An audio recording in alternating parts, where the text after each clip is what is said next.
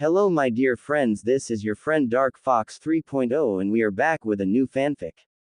What if smart Naruto fell in love with Hanabi, and built a powerful harem? Naruto times Hanabi, Part 1. And now let's start the fanfic. Open corner bracket 4 years after the 4th Shinobi World War 30th of March. Sigh. A lone figure draped in a heavy cloak and hood exhaled in the light drizzle, increasing the fog he walks through even more as he leaves the cityscape of the hidden rain village behind him. What am I going to do now? The shinobi questioned himself mentally.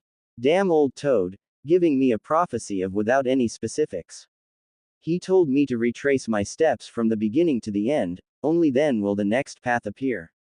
What the hell does that even mean? Naruto cried out in his mental landscape. Sigh. I guess I should take the quick way home, rather than walk all the way back. Hey, Kurama, mind if I take some chakra?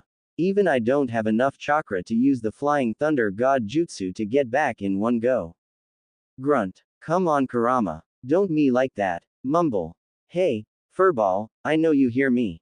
Who are you calling Furball, foolish mortal? Oh come on Kurama. You've been more of a pain since you merged with your yin half. I still don't understand how my yang half took a liking to you. Nonetheless mortal, you needn't ask, must I keep reminding you? You conquered my yang half, so you have right of half, and only half, of my chakra. No more. Unless you wish to risk your life again. Come on Kurama, I already told you I don't want to fight you. I just want us to be friends. Just like young Kurama. My other half has become weak if he considers you a friend, mortal. How could you understand the mind of an immortal? Man, this guy is just a grumpy kitty. I can hear you, mortal. Shit, fine. I'll win you over one of these days Yin Kurama. Grunt. Naruto closes his eyes and meditates. Slowly, he absorbs the nature energy around him and melds it with his own chakra and some from the Kyuubi's chakra. He focuses even more, feeling out the landscape of Konoha from memory and where his seal is.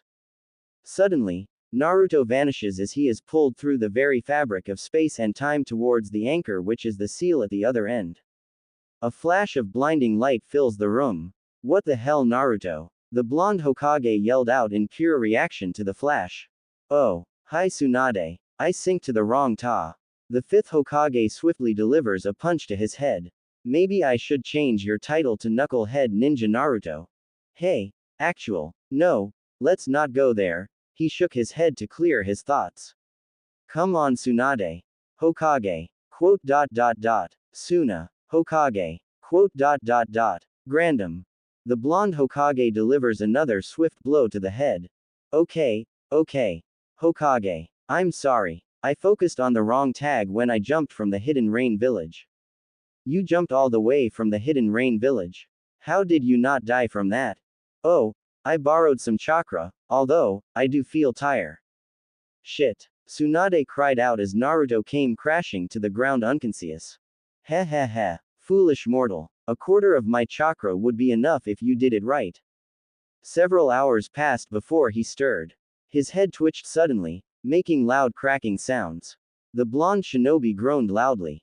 What happened? The ninja asked in a groggy state, not expecting an answer. You forgot to remove your own seals before making that jump, you idiot. Damn, I knew I was forgetting to do something. I leave them on for so long I forget about them. How long was I out for? 2 hours. 2 hours? Naruto asked in disbelief as she stirred even more on the couch. You're lucky it wasn't longer. I had to transfer some of my chakra to you just to stabilize your condition. Seemed that damn fox isn't going to help you unless you are about to die. Oh, he was laughing his off, heard the furball for hours. Growl. A shiver ran through his spine from the demonic rumble the beast inside was giving off. Naruto clenched his eyes and stretched his upper body before springing out of the bed. Am I good to go? Even if I said no, you would leave anyways. Thank you Tsunade. Naruto exclaimed as he climbed out the window, ready to jump. I'll visit again soon. With his final statement, he left homebound. Several hours passed before he stirred. His head twitched suddenly, making loud cracking sounds. The blonde shinobi groaned loudly. What happened? The ninja asked in a groggy state, not expecting an answer. You forgot to remove your own seals before making that jump, you idiot. Damn. I knew I was forgetting to do something.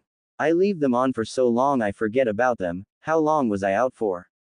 2 hours. 2 hours? Naruto asked in disbelief as she stirred even more on the couch. You're lucky it wasn't longer. I had to transfer some of my chakra to you just to stabilize your condition. Seemed that damn fox isn't going to help you unless you are about to die.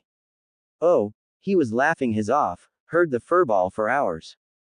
Growl. A shiver ran through his spine from the demonic rumble the beast inside was giving off. Naruto clenched his eyes and stretched his upper body before springing out of the bed. Am I good to go? Even if I said no, you would leave anyways.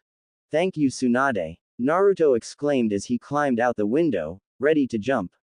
I'll visit again soon. With his final statement, he leapt homebound. Chapter 2. Chance Encounter. Open corner bracket 30th of March. The Hokage looked down where Naruto was just perched and noticed a puddle of water. Damn it, Naruto. You didn't even realize your cloak was wet. She surveyed the area even more and noticed several droplets of water scattered upon the wooden floor throughout her office. Real piece of work. Leaves a trail of water and mud through my office and just leaves without realizing. Tsunade inwardly sighed as she decided to start cleaning up the mess. Best remind myself to lecture him again next time I see him about being clean before coming in my office again.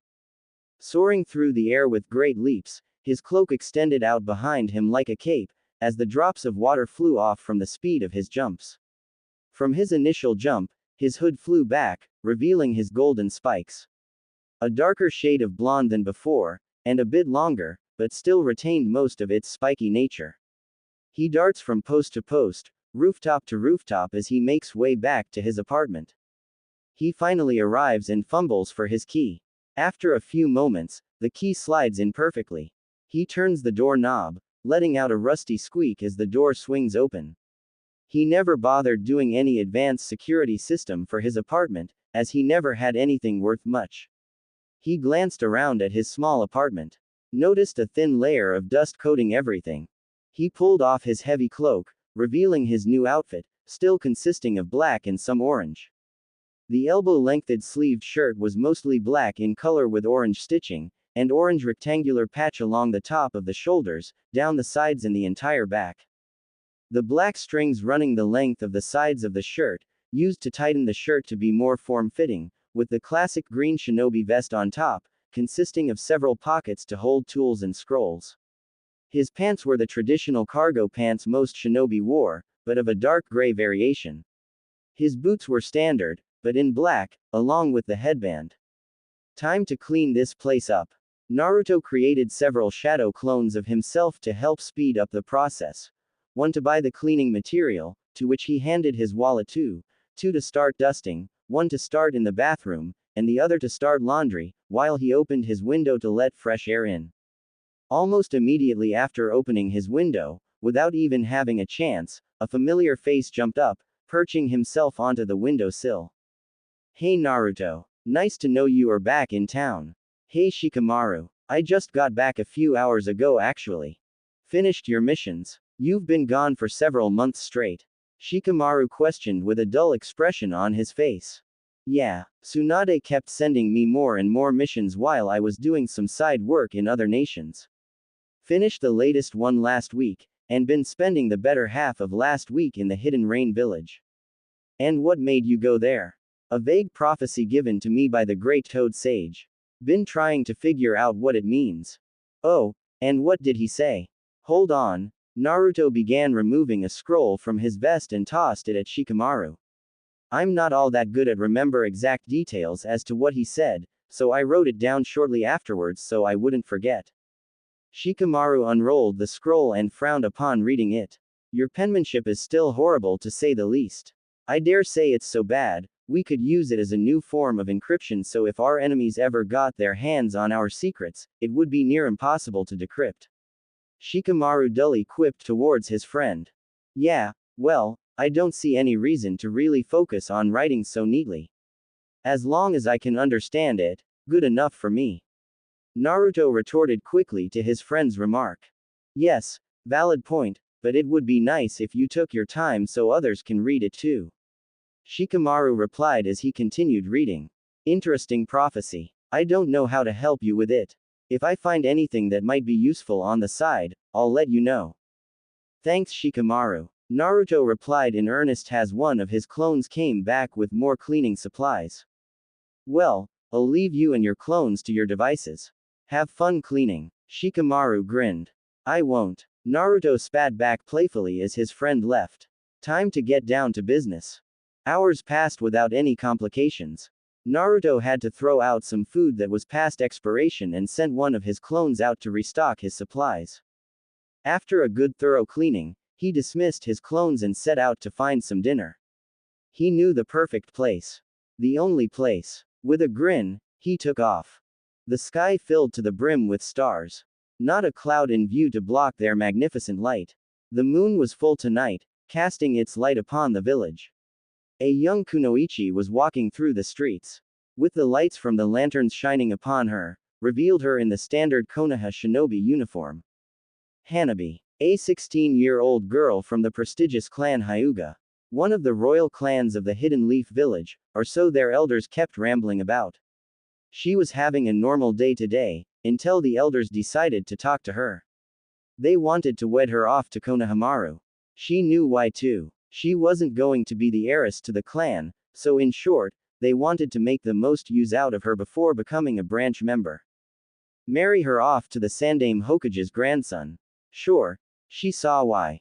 He is the Three Roads grandson. Can't get much more famous than being related to a Hokage. He wasn't bad looking either. Nonetheless, his behavior was childish. He's like a mini Naruto. Causing mischief whenever he can. He doesn't do it for the attention, but to rebel against the path others have laid down for him, much like how she is now currently rebelling against elders for trying to force her down the path laid for her. The elders made a critical mistake when they told her that she was going to marry the Sarutobi heir. They didn't ask. They didn't give her any say. They gave her no right to say no. They talked like as if it was already set in stone. They tried to force her down a path she did not choose herself. She wasn't like Hinata, so she spoke up. She rebelled. She pretty much told them to go take a dirt nap and promptly stormed out of the Hyuga compound. She knows Hinata isn't weak. She understands that Hinata, who is the heiress of their clan, did what she had to. She was quiet, she was considerate, she was thoughtful, but she was still meek. She's kind, but still timid. So the elders took advantage of that. Hinata wasn't happy, but she did what she had to do. The elders decided for Hinata, but they will not decide for me. Fist clenched and eyes narrowed, every person in the street, shinobi and civilians alike, did their best to stay clear of this natural disaster as she tore through the street like a tornado with unstoppable force, letting the wind carry her where they will. They knew this kunoichi was pissed, but they didn't know why. They knew that if they did one thing wrong, they might be on the receiving end of the Hyuga's famous 64 palm strike. Naruto grinned as he finished off another bowl. This was his haven. No one ever ridiculed him here for being the Kyuubi's container. The shop owners, Tsuki and Ayame, always welcomed Naruto with open arms. He spoke at lengths with Ayame, who was only 5 years older than him. She was beautiful. She was kind. She had a boyfriend. Naruto sighed heavily. Something wrong? Ayame asked, wondering why he seemed down. It's nothing. Well, I should get back. It was nice catching up with you, Ayame. Naruto replied with a gentle smile. He left payment on the counter, waved goodbye, and stepped out. Hands on his hips, he stretched his muscle and leaning his neck to one side. Asterisk craw crack. Oh, that felt good. Naruto tilted his head to the other side. Crack. Bump. Did something just hit me? Naruto questioned to himself as he looked down. He immediately knew who it was. What in the hell did I just walk into? A wall of steel. Hanabi fell flat on her from walking into what seemed to be an immovable object. She instantly glanced up, glaring to whoever was in front of her. Him, the single person who rivals the strength of the 5 great shinobi nations. The demon container of Konoha. Naruto Uzumaki. No wonder I fell flat. Hot damn, that glare is potent. Probably scare half the other ninjas of this village shitless. Did I piss her off or something? Naruto wondered to himself, but stopped from going any farther since it wasn't any of his business. He reached out his hand. What is he doing with his hand? Is offering to help me up. Hanabi thought to herself as she took his hand. Naruto swiftly brought Hanabi to her feet. Sorry about that, Hanabi Hyuga, didn't see you walking this way. Hanabi pulled her hand from his and proceeded to brush the dirt of her pants. It's fine. I'm the one who bumped into you anyways. Hanabi sighed angrily. Now I'm intrigued. Going against his earlier judgment, he decided to ask. What gives, Hanabi Hyuga? You seemed pretty upset about something. Clan elders pissed me off, that's all. I was just heading to the training grounds to blow off some steam when I bumped into you. Training is a good way to relieve stress. Naruto replied back with a smile. An idea popped into the young Hyuga's head. You said you were sorry, right? Naruto looked back at the kunoichi before him. Yes, Naruto replied somewhat hesitantly. What is that look in her eyes? Did you mean that? Hanabi asked swiftly. Worth asking. It will help me blow off steam faster if I have someone to help. Yes, Naruto replied hesitantly again.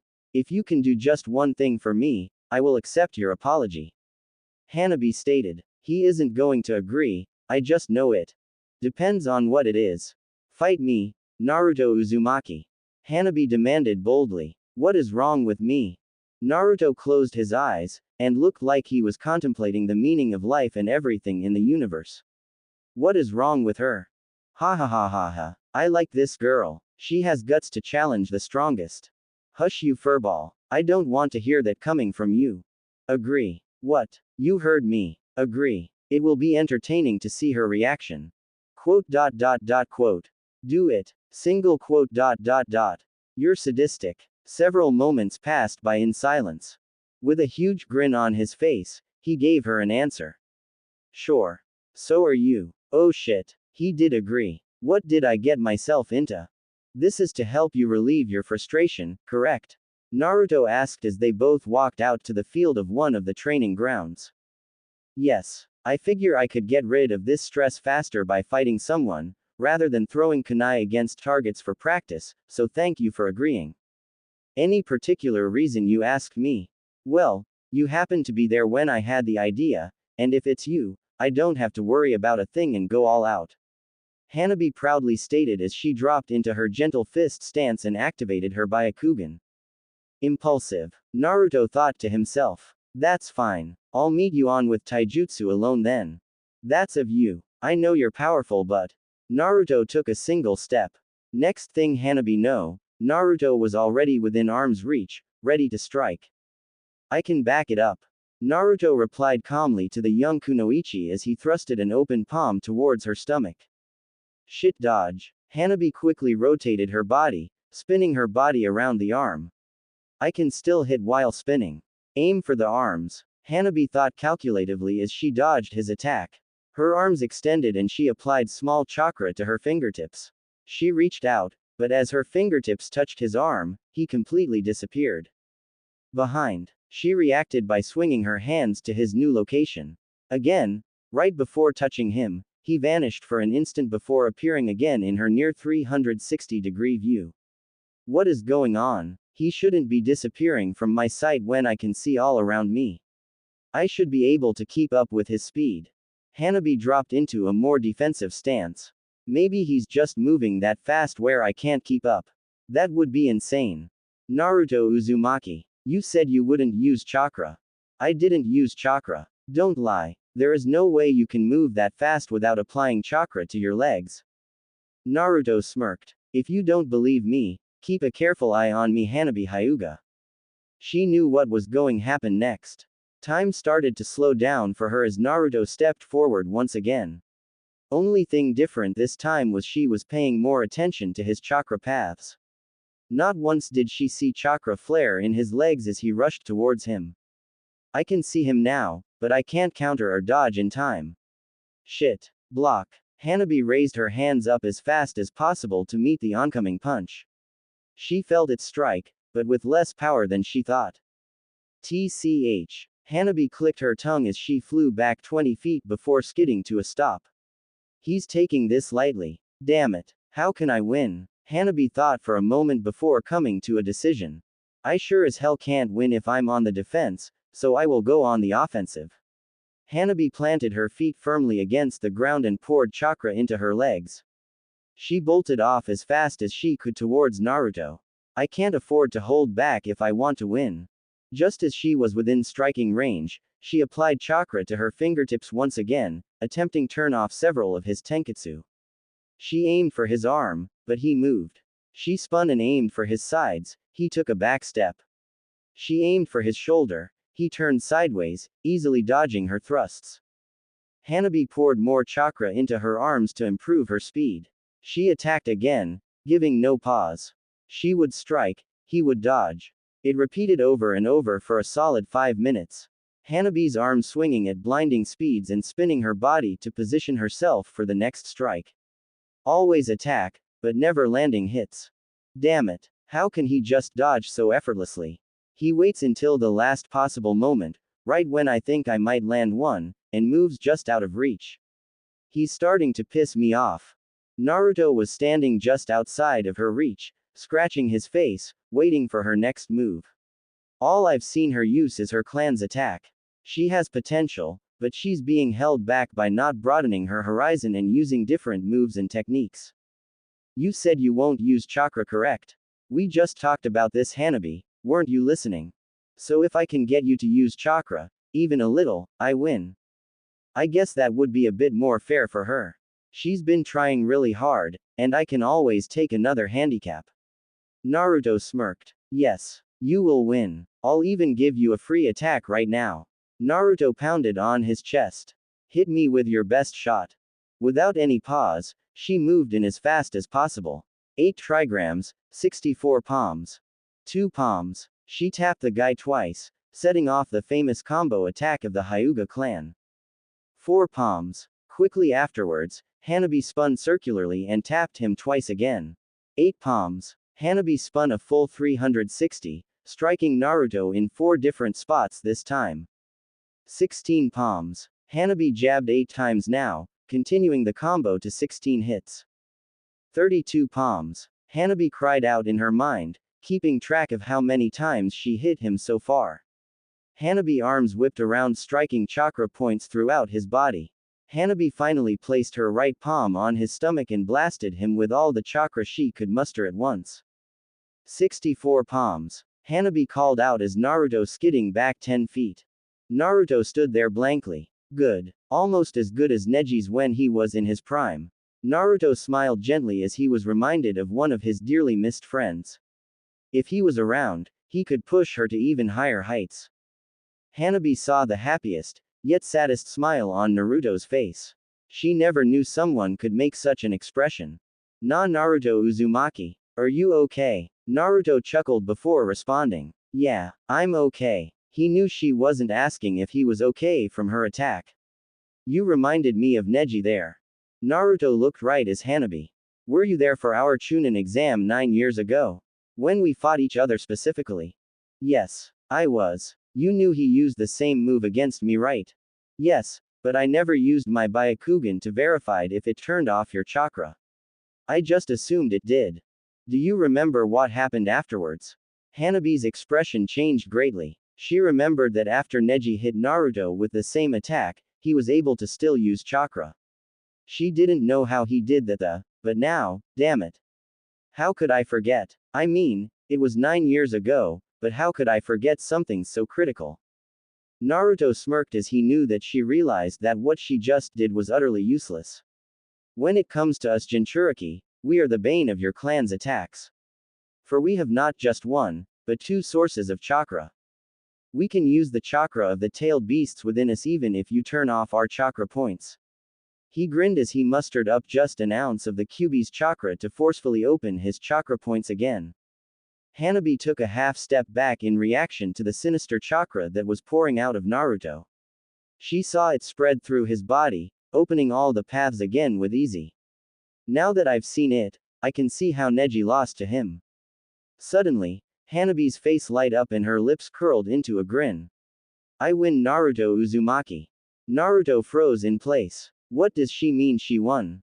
Doesn't sound like a bluff, so why is she saying she won? As if she was reading his mind, she gave him the answer to his question. You used chakra. Specifically, your demon's chakra. Hey, that doesn't count. I didn't. Yes, you did. You used the chakra to unlock your chakra points. Demon chakra are your chakra. Chakra is chakra and you used it. Hanabi proclaimed proudly. Ha ha ha ha ha. Beaten by a little girl. How the mighty has fallen. Shut up, furball. Naruto promptly sat on the ground fuming to himself. How did I fall for that? Damn it. Why did I do something so stupid? I even said I wouldn't use chakra. Fine, fine. You win. Naruto sighed heavily as he was disappointed that he lost in such silly way. Feel better now? Hanabi beamed. Yes. Thank you helping me relieving me of my frustrations. Naruto decided he has pouted enough and stood up, brushing the dirt from his clothes. Ask for help and you shall find it. Naruto. Hanabi called out his name softly. As the winner, do I get a prize? Naruto closed his eyes and sighed heavily as he shook his head to the side in pure disbelief. Sure. One thing and only one thing. Hanabi was shocked. She didn't really expect him to give her anything, since she was the one who asked him to fight her. She mulled over what she could ask him, and while several ideas flashed before and all seemed tempting to use, she ultimately decided to use the best one. Naruto Uzumaki. Hanabi called out his name. Catching his attention, he looked up in response to his name being called so firmly. Please, teach me how to be stronger, like you. He saw the determination in her eyes. The same determination he had, so he knew not to make light of it. I am a Jonin, so I should take at least one disciple. I have to get permission first. I will only teach you if you are my disciple. Understood. Hanabi nodded firmly. I'll have to ask for permission. You'll have your answer tomorrow. The light in Hanabi's eyes shined brightly. She was going to be taught by the strongest of the village. Naruto saw her delightful expression, but he knew it wouldn't be so easy for him to get a disciple. Tsunade would be against it, he could persuade her. The village elders on the other hand, he didn't even want to think about them. He also knew the Hyuga clan would have a field day with this. They would either see this as a great opportunity to bolster their strength, or be completely against it because of what he was. He wouldn't know which path they will take since he never talked at lengths with the clan's elders or their head, Hiashi Hyuga. Either way, he would do his best because it was the right thing to do. A promise is a promise, and he will keep to it as best as he can. It's the least he could do. Alright, that's enough for the night. Go ahead and head home. I'll find you tomorrow and tell you whether I have permission or not. Hanabi bowed and said thanks before taking off towards her compound. Watching her figure retreat into the distance, Naruto sighed heavily again. What did I just get myself into? 31st of March. Naruto shifted around in his bed as the rays of the sun shined upon his face. Why does the window have to be right here, so warm? Don't want to wake up, Naruto thought to himself as he pulled the sheets above his head even more. Knock knock. Knock knock. Go away, Naruto replied drearily.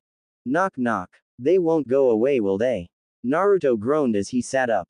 Yes, yes, one moment please. Naruto called out groggily as he shuffled his way to the door and opens it. Yee.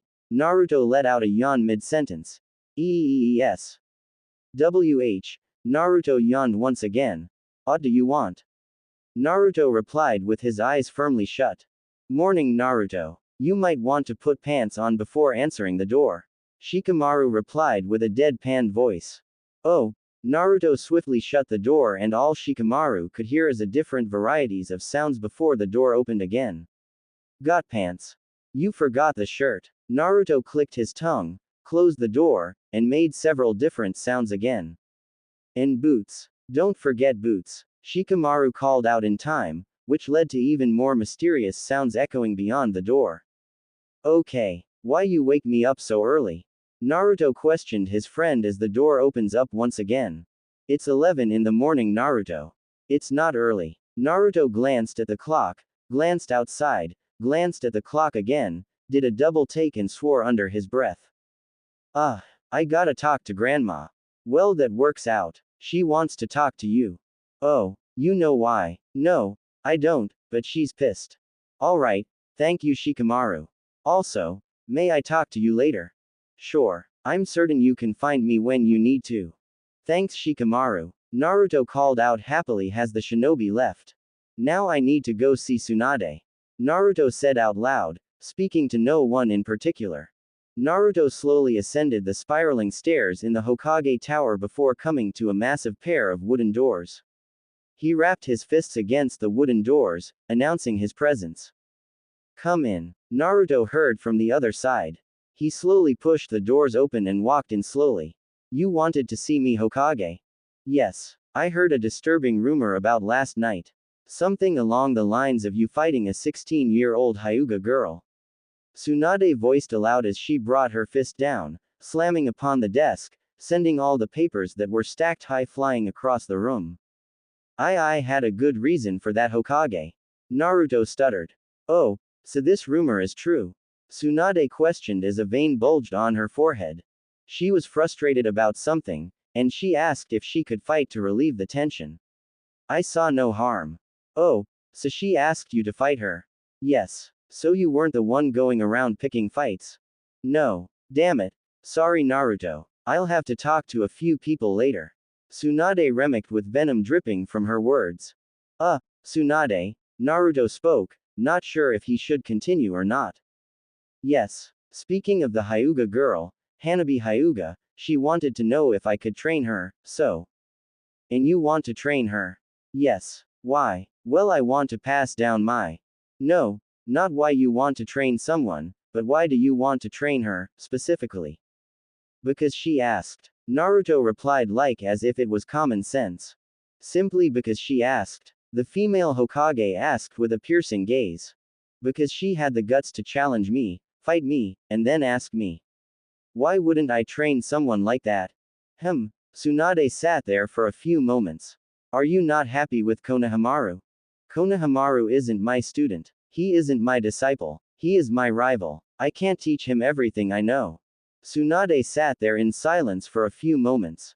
You know, when it comes to things about you, I have to talk to the Council of Elders. I know. Naruto sighed heavily. Knowing this, you still want to try.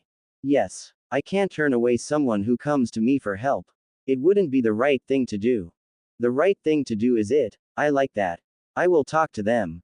You have my approval on 2 conditions. What would those 2 conditions be, Tsunade? First, if something comes up, and we need you, you are to drop everything. Regardless as to what may be happening. I understand that I'm a valuable asset to this village. Second, don't do anything dangerous without consulting me. I can't tell you how to be a teacher, but I can suggest what should be done, and how it needs to be done properly.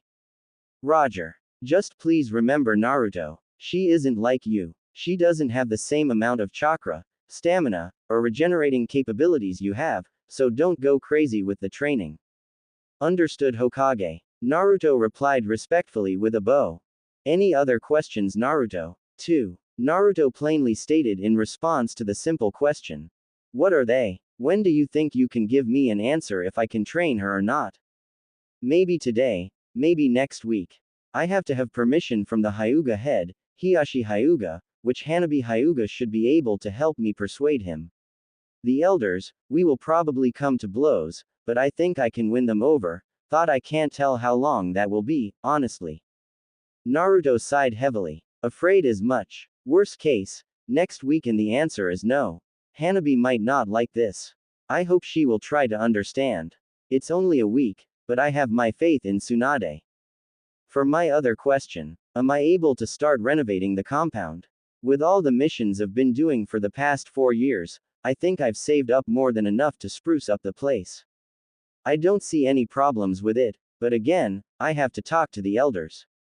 It is the home of the 4th Hokage, but you as the heir, they shouldn't be able to say no. Just keep me informed as to what you are going to do with the place once you get the green light. Thank you, Tsunade. Do you have anything for me? Tsunade thought for a moment. You know what? That might be more effective. Tsunade grinned as she looked at Naruto. Make yourself available for dinner tonight. I'll try to get the important people together and we can discuss it as a group tonight over dinner. It will probably be most effective that way. You have any restaurant in place? How about the Konoha? Tsunade grinned. Good choice. I'll invite the Hyugas and you will get the elders. That's the plan. You need to start learning customs and traditions if you want to take my place. Can't have the Hokage being a complete slob, now can we, Naruto? Maybe the little Hyuga will be able to help you with that. Naruto hanged his head. I don't want to, but I guess it's something I must learn. If that is all, I will be off. Tsunade nodded, signaling that he was free. Naruto bowed polite and stepped out the room. I guess I should make some clones and study up on proper etiquette. Naruto thought to himself as he made 20 shadow clones.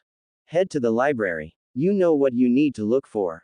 Naruto waved his arm and the 20 clones vanished without a trace. Going to be an odd sight in the library again. Naruto chuckled as he walked off towards the general direction of the Hyuga compound. Naruto walked up to the gate guards of the Hyuga compound. Is there anything I can help you with today, Sage Naruto? One of the Hyuga guards asked politely. May I seek an audience with Lord Hyuga Hiashi? I'll ask. Please wait here for a moment, Sage Naruto. One of the guards requested as he ran off towards the inner compound. Naruto shifted his attention from retreating figure of the guard to the one still stationed at his post. So, what's up? How is your day going? The guard was shocked that the sage would just drop all formalities and talked like a regular person. It's going well, Sage Naruto. Oh, nice weather today, isn't it? It most certainly is, Sage Naruto. Don't be so nervous, man. I'm just making idle chat to pass the time. You have any questions you want to ask? If I may, Sage Naruto. May I get an autograph? It's for my little niece. She really looks up to you as a role model.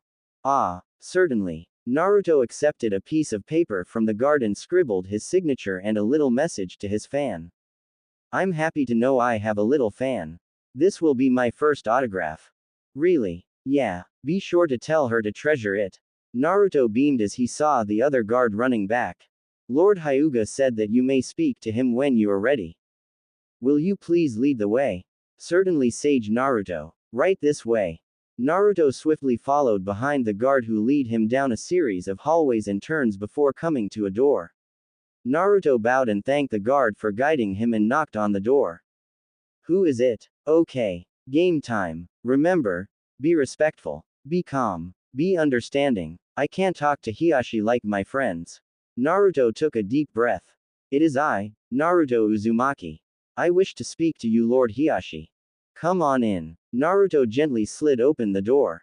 Hiashi motioned for Naruto to take a seat. So what do I owe the pleasure of having you over, Sage Naruto? I wish to invite both you and your youngest daughter, Hanabi Hyuga, to dinner at the Konoha with the Hokage, the elders, and myself. Oh, the Konoha. Hiashi raised his eyebrow in response to this invitation. What is this invitation in response to? This is for me to properly request permission to train your daughter, Hanabi Hyuga. And what made you decide to train my youngest daughter? Hiashi peered at Naruto with a quizzing glance.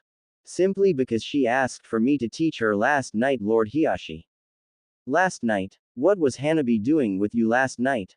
She bumped into me after I was eating and she asked for a friendly sparring match, to test her skills against mine to see how much more she must train to become stronger.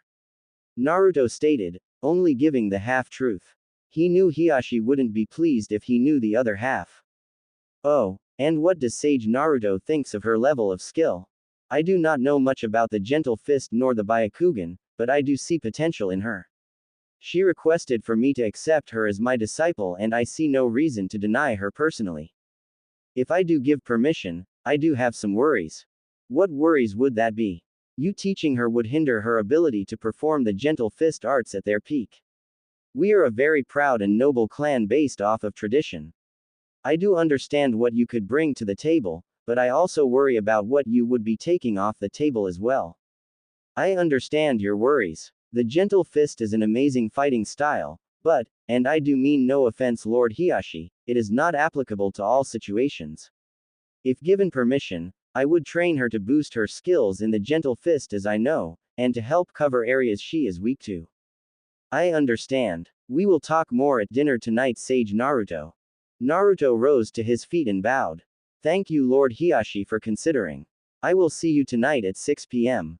Naruto stepped out, breathed deeply and led his way out of the compound. Damn, that's nerve-wracking. So tense in there. I don't think I'm cut out for this. Naruto made reservations at the Konohamae. He knew he wouldn't have a problem securing a table, due to his status, but when he said a clan head, the Hokage and the elders were to accompany him, he knew he easily secured the best table in the place. He checked the time. Only 1 p.m. Not bad. Plenty of time. I guess I should find Shikamaru now. Naruto jumped on top of the buildings and then on top of a post.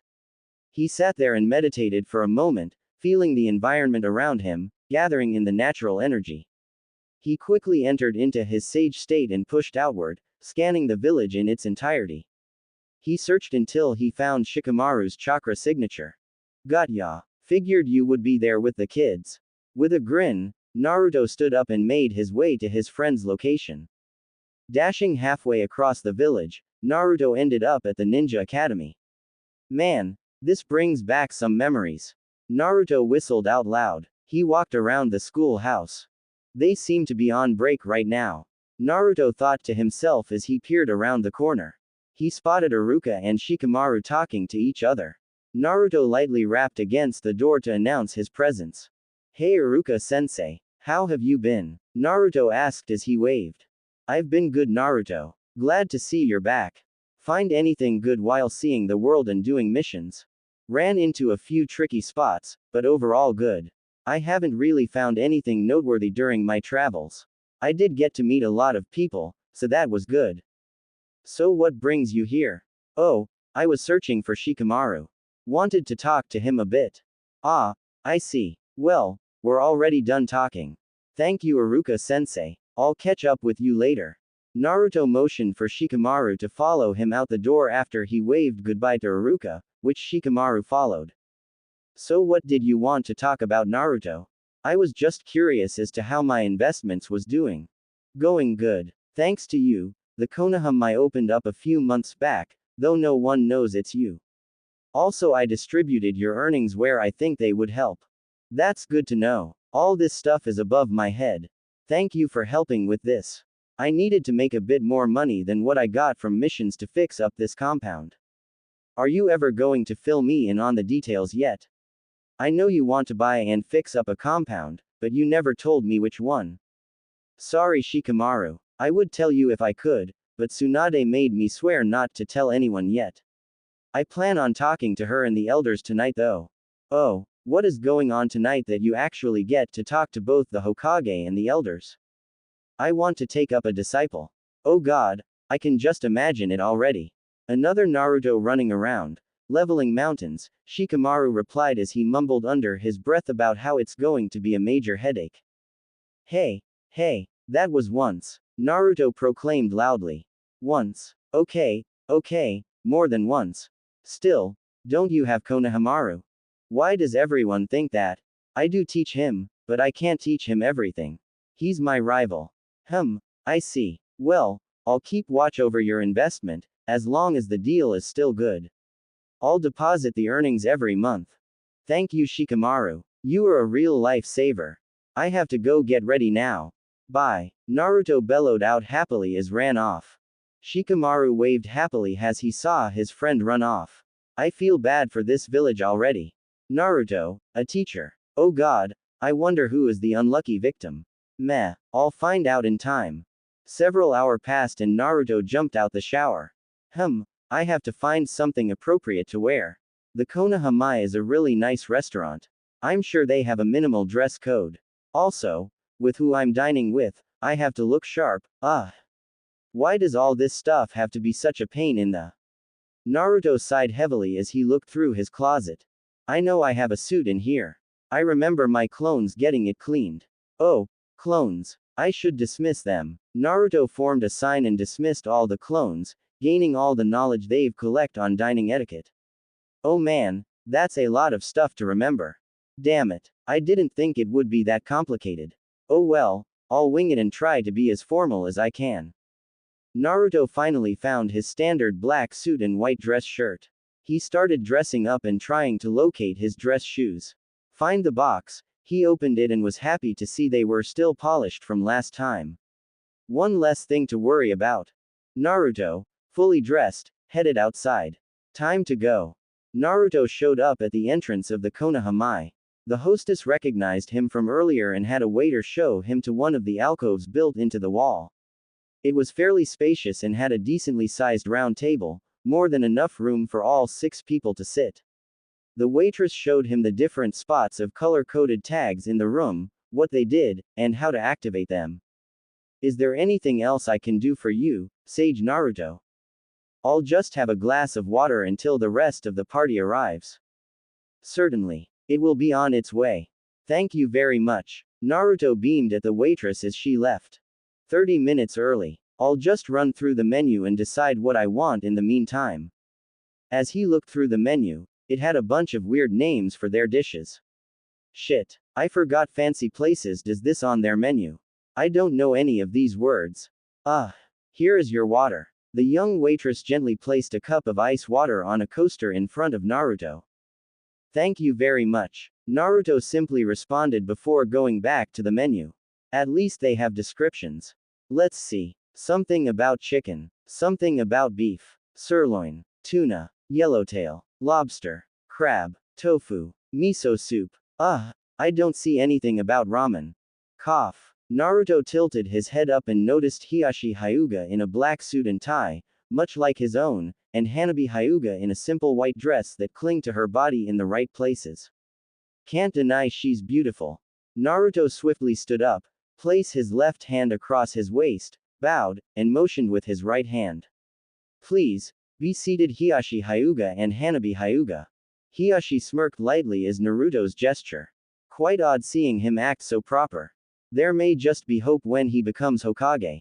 Hanabi paced her way around the table and sat to Naruto's right, with Hiyashi sitting to her right. Thank you both for coming. The Hokage and the elders should be arriving shortly. Do you know where they are? Hiyashi questioned. Naruto glanced at Hiyashi before closing his eyes, keeping still. A moment later, his orange sage marks begun appearing around his eyes. They are roughly a minute away. So you can sense where everyone is in sage mode. Yes, I can feel everything. Not just living people, but the wildlife, the bugs, even the land. I can feel every crack and crevice when I'm in this mode. Wow, Hanabi chimed in. Sounds a lot to take in. It's part of being a sage. You become one with the environment around you. You talking about sage mode, Naruto? Tsunade asked as she only heard the end of the conversation. Naruto quickly stood up and bowed. Welcome Hokage, Homura Mitokado and Kaharu Utatna. And yes, I was describing the feeling I receive when entering my sage state. Naruto remarked as he discharged the nature energy from him, exiting out of the sage mode. Tsunade made her way around the room and sat to the left of Naruto. The elders quickly followed and sat next to the Hokage. Without even missing a beat, the waitress walked in, asking what everyone wanted to drink. All 6 ordered for water. The waitress, after jotting down the simple order, promptly left. Alright, Naruto being the first to start off the conversation. I want to thank each and all of you for showing up tonight with such short notice.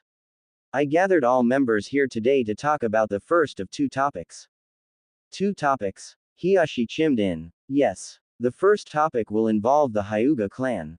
The other topic I wish to discuss with the Hokage and the elders, which you are more than welcome to stay if you wish. I am, by no means, going to ask you to leave, as I have no issues letting others know. The elders glanced at each other with a mysterious expression before looking back at Naruto. Well, before we delve any further into this discussion, how about we take a look at the menu and decide what we will eat? Naruto suggested as he opened his own menu. Is this really the knucklehead ninja I know? He seems to be taking this seriously. I would have expected him to get straight to the point without any hesitation and try to wrap this up as soon as possible. Tsunade thought to herself as she peered through the menu. I guess he really has matured even more over the past 4 years since the conclusion of the Fourth Shinobi World War. A little sad to see the kid grow up. Several minutes passed by and the waitress walked into the room with multiple glasses of water on a tray. Has everyone decided what to order? Receiving a resounding yes, she started going from left to right. The female elder, Kaharu Udatane, order yellowtail rolls. Homura Mitokado ordered the hamachi teriyaki with yuzu kosho. Both elders wanted green tea with their food. Tsunade asked for chirashi sushi with the best sake in the house. She glanced at Naruto and he knew exactly what that meant. Oh man, don't tell me, it's going to be a horrible night. Naruto shifted a little in his seat before ordering the miso soup with mussels. Hanabi ordered the miso glazed black cod with sautéed broccoli. Hiyashi ordered tofu with crab sauce. Both Hyuga ordered wine. The waitress quickly wrote all the orders down, turned on her heel and walked out the room. All right, now that's we've ordered our dinner, may we begin? Naruto glanced around the room, waiting on nods from the other 5 people. Naruto placed his hand on a green paper seal behind him and poured a small amount of chakra into it, activating the seal's jutsu. What is that for? It's a seal that creates a sound barrier so no one can overhear us. The hostess was thoughtful enough to give us a room with these tags in them. Naruto briefly explained before changing topics. Okay. First and foremost, I thank you all for showing up. I wish to properly request permission to train Hanabi Hyuga. And why would you want to train this Hyuga child? Kaharu asked as she stared at Naruto. Because she asked me to and I have no reason to turn her down. And pray tell, Homura spoke up. What led to this young Hyuga girl to seek out you to be her teacher? May I answer this question? Hanabi asked, politely interrupting. After receiving a nod from Homura, she continued. It would be because after fighting him last night, I learned that I can truly learn a lot and improve myself if I was under his tutelage. Not only his strength, but his tactics showed me that he isn't just insanely strong, even while holding himself back, but very smart. The elders glanced between each other before turning back to Naruto. Sorry, but you won't have our backing. You are a great asset to the village. What will you do if we need you to do something immediate and you are in the middle of training? As I told the Hokage, I would drop everything if the village needs me to a mission. Elders glanced between each other aside heavily. We didn't want to bring this up, but apparently you don't realize the position you are in, Naruto Uzumaki. What will happen if your seal weakens again? Do you want to expose this Hyuga girl to that danger? This is why we send you on missions by yourself. If the seal weakens or breaks, no one in this village can hold you down or mend the seal.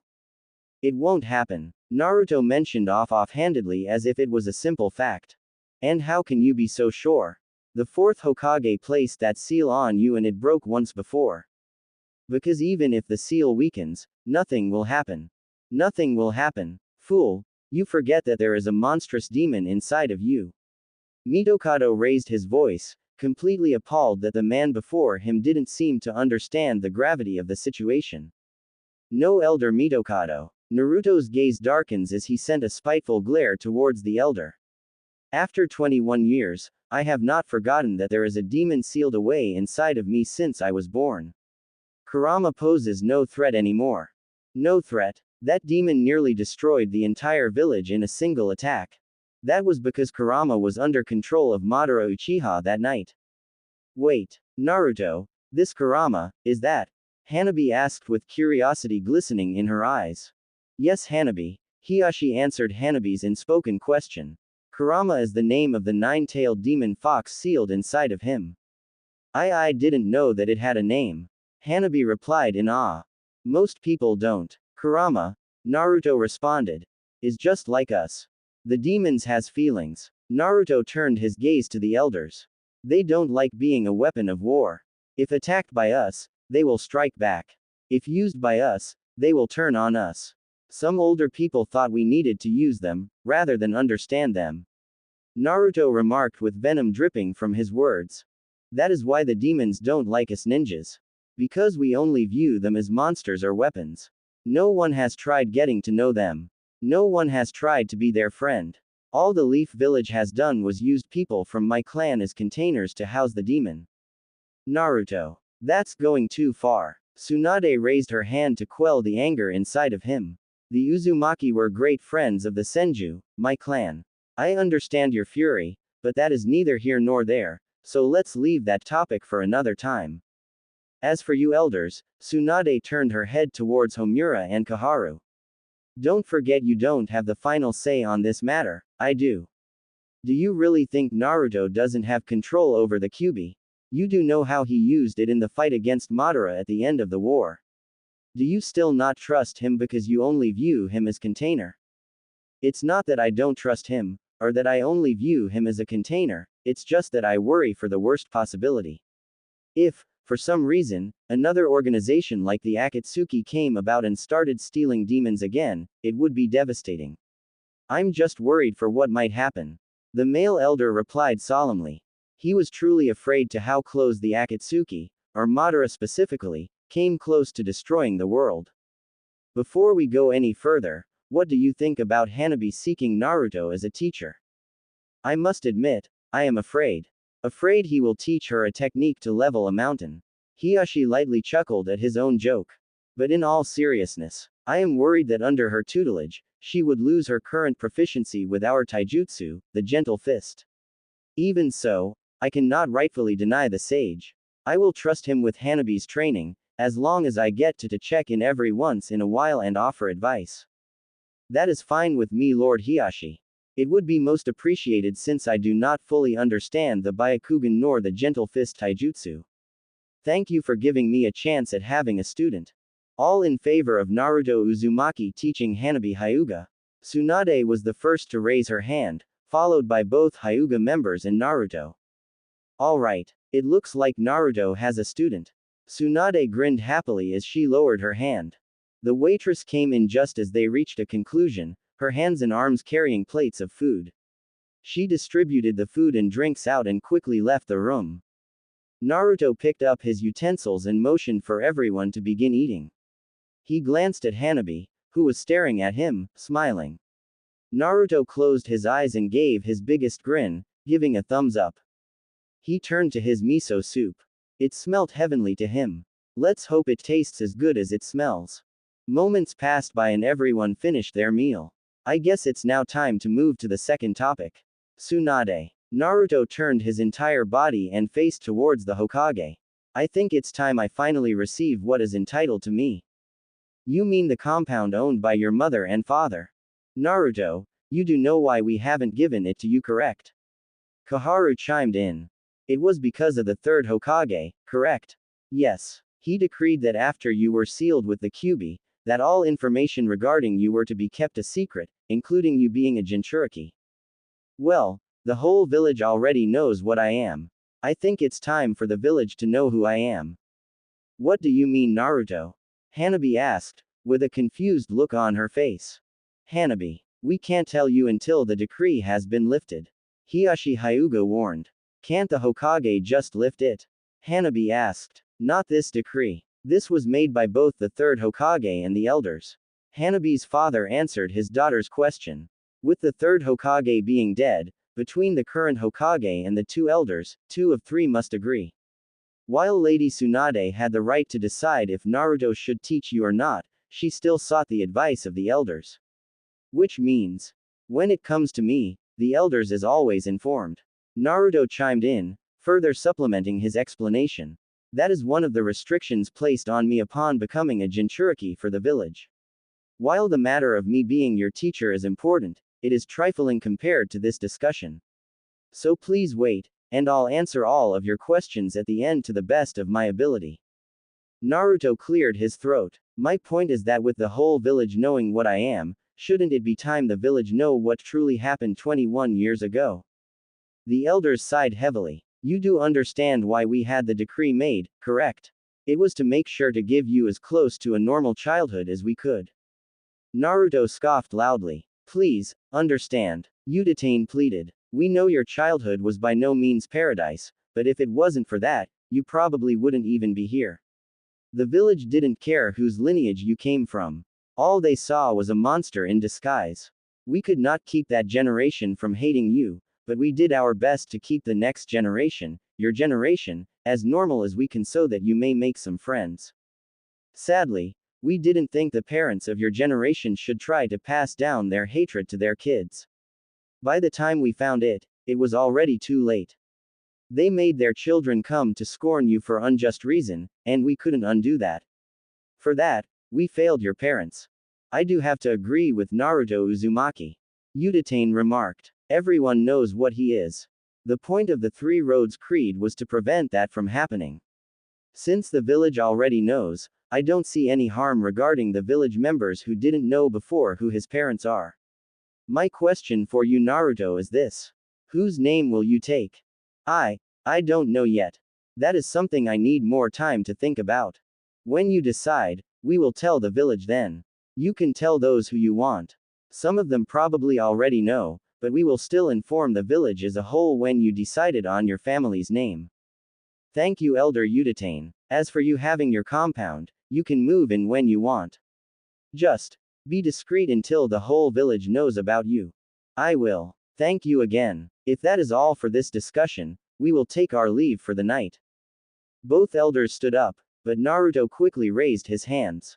By the way, as the host, let me take care of the payment.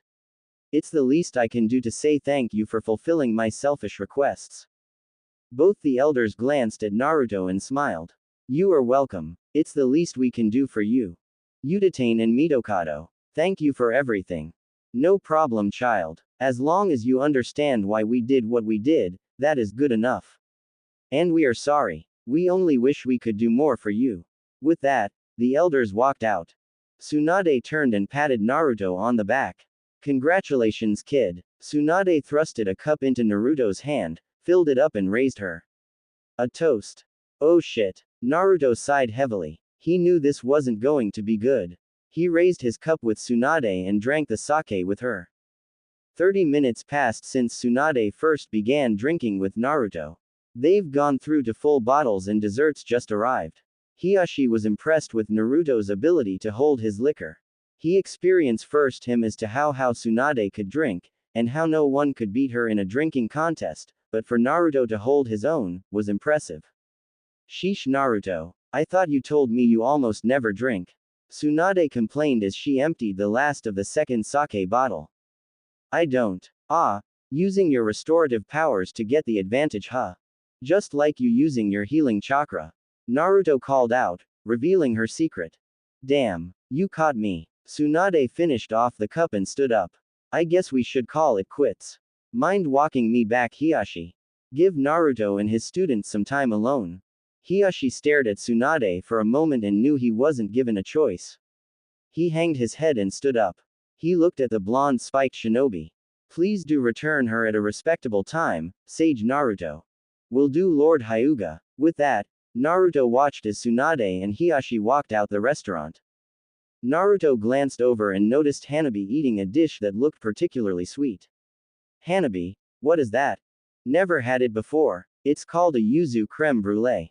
A what? Just try it, Hanabi suggested as she shifted her little bowl over. Naruto used one of his own spoons to dig into the bowl and take a spoonful of the dessert. Not much of a sweets guy, but the citrus taste is nice. Naruto thought to himself as he swallowed the creme brulee. Not bad. Naruto glanced back and Hanabi was already finishing it off. Damn, I think she has a craving for sweet things. Naruto stood up and offered his hand to Hanabi. Are you ready to get out of here? Hanabi nodded and took his hand, helping herself to her feet.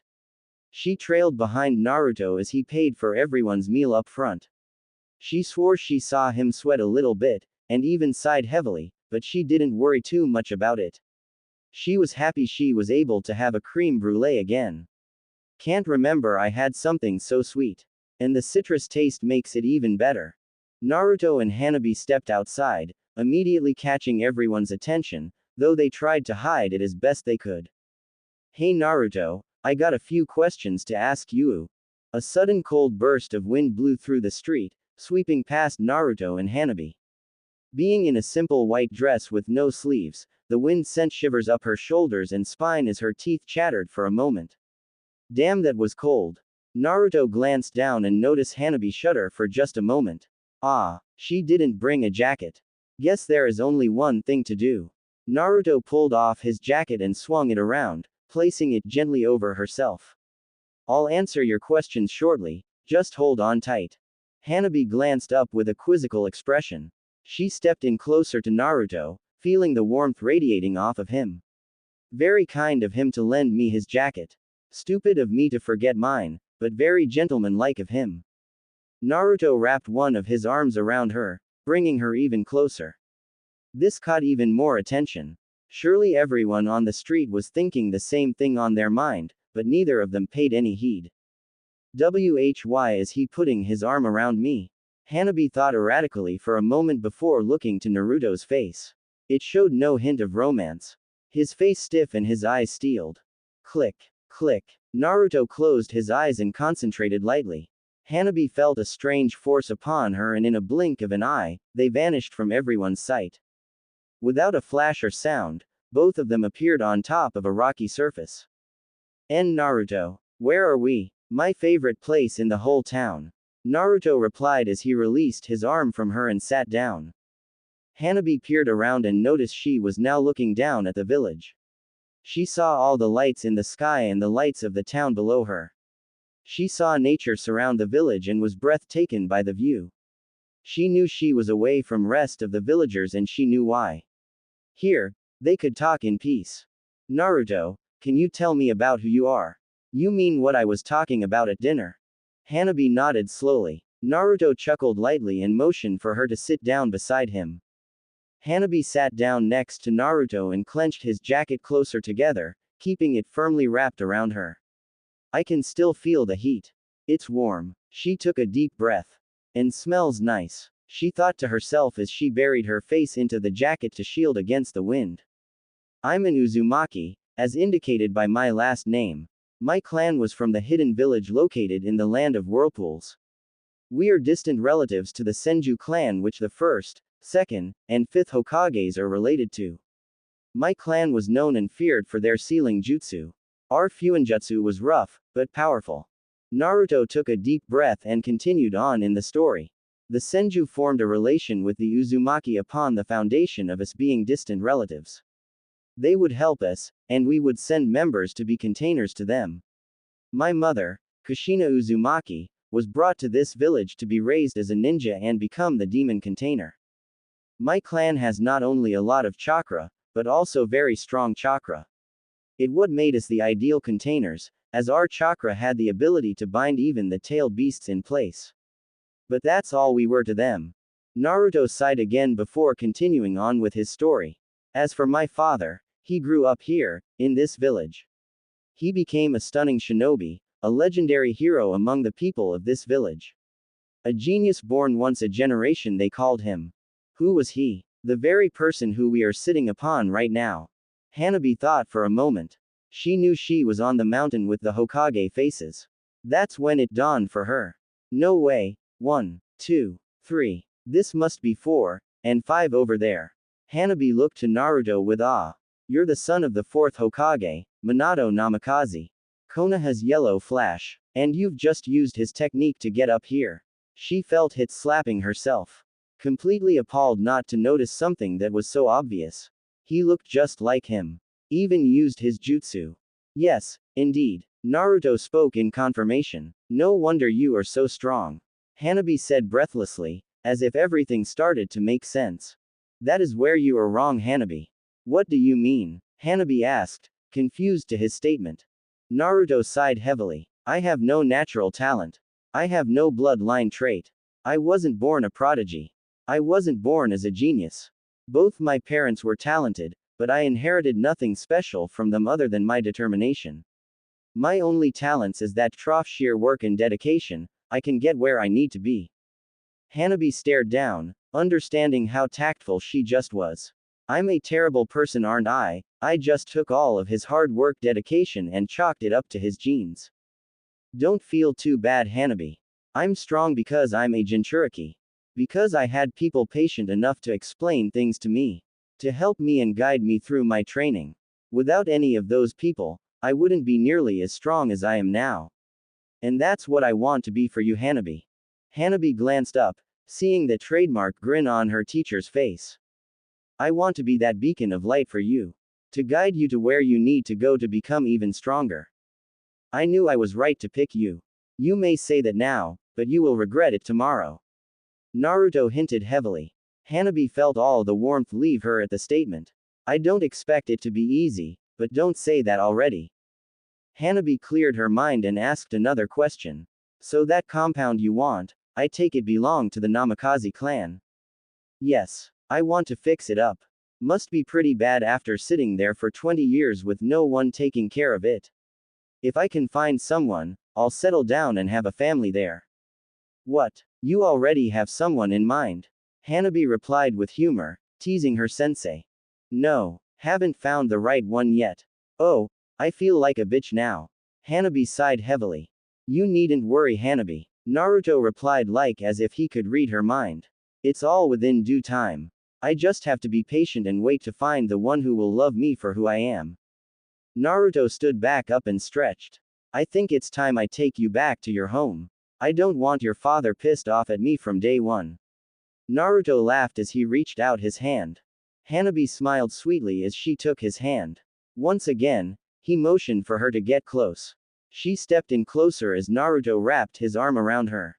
Next thing she knew, she was in front of the Hyuga compound, with the guards were on alert. Naruto waved both hands out in front of him towards the guards. Relax, relax guys. It's me Naruto. Just returning Hanabi Hyuga from our dinner with her father, the Hokage, and the elders. Both guards lowered their weapons and resumed guarding the gate. Well, I guess this is good night Hanabi. I'll see you tomorrow, okay? Okay. What time? I don't know. Let's say 8. I'll come by to pick you up. Sounds good. Can't wait for the training session. Night Naruto. Night. Naruto called back one last time before disappear. With a grin on her face, she walked back to her room. When she closed the door behind her, she kicked off her heels, took off her dress and crawled into the bed. Feeling a little bit cold, she grabbed Naruto's suit jacket, clenched it close to her, and finally drifted off to sleep. Much lol. I also had difficulty coming up with proper characters for the two elders.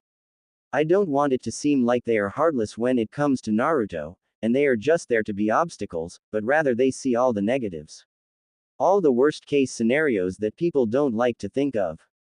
Since they see this all the time, they can't help but be wary and a bit overdramatic when it comes to him, because, well, he houses the strongest of the tailed beasts inside of him, and they doubt anyone else around could take that beast on if it got out and Naruto died.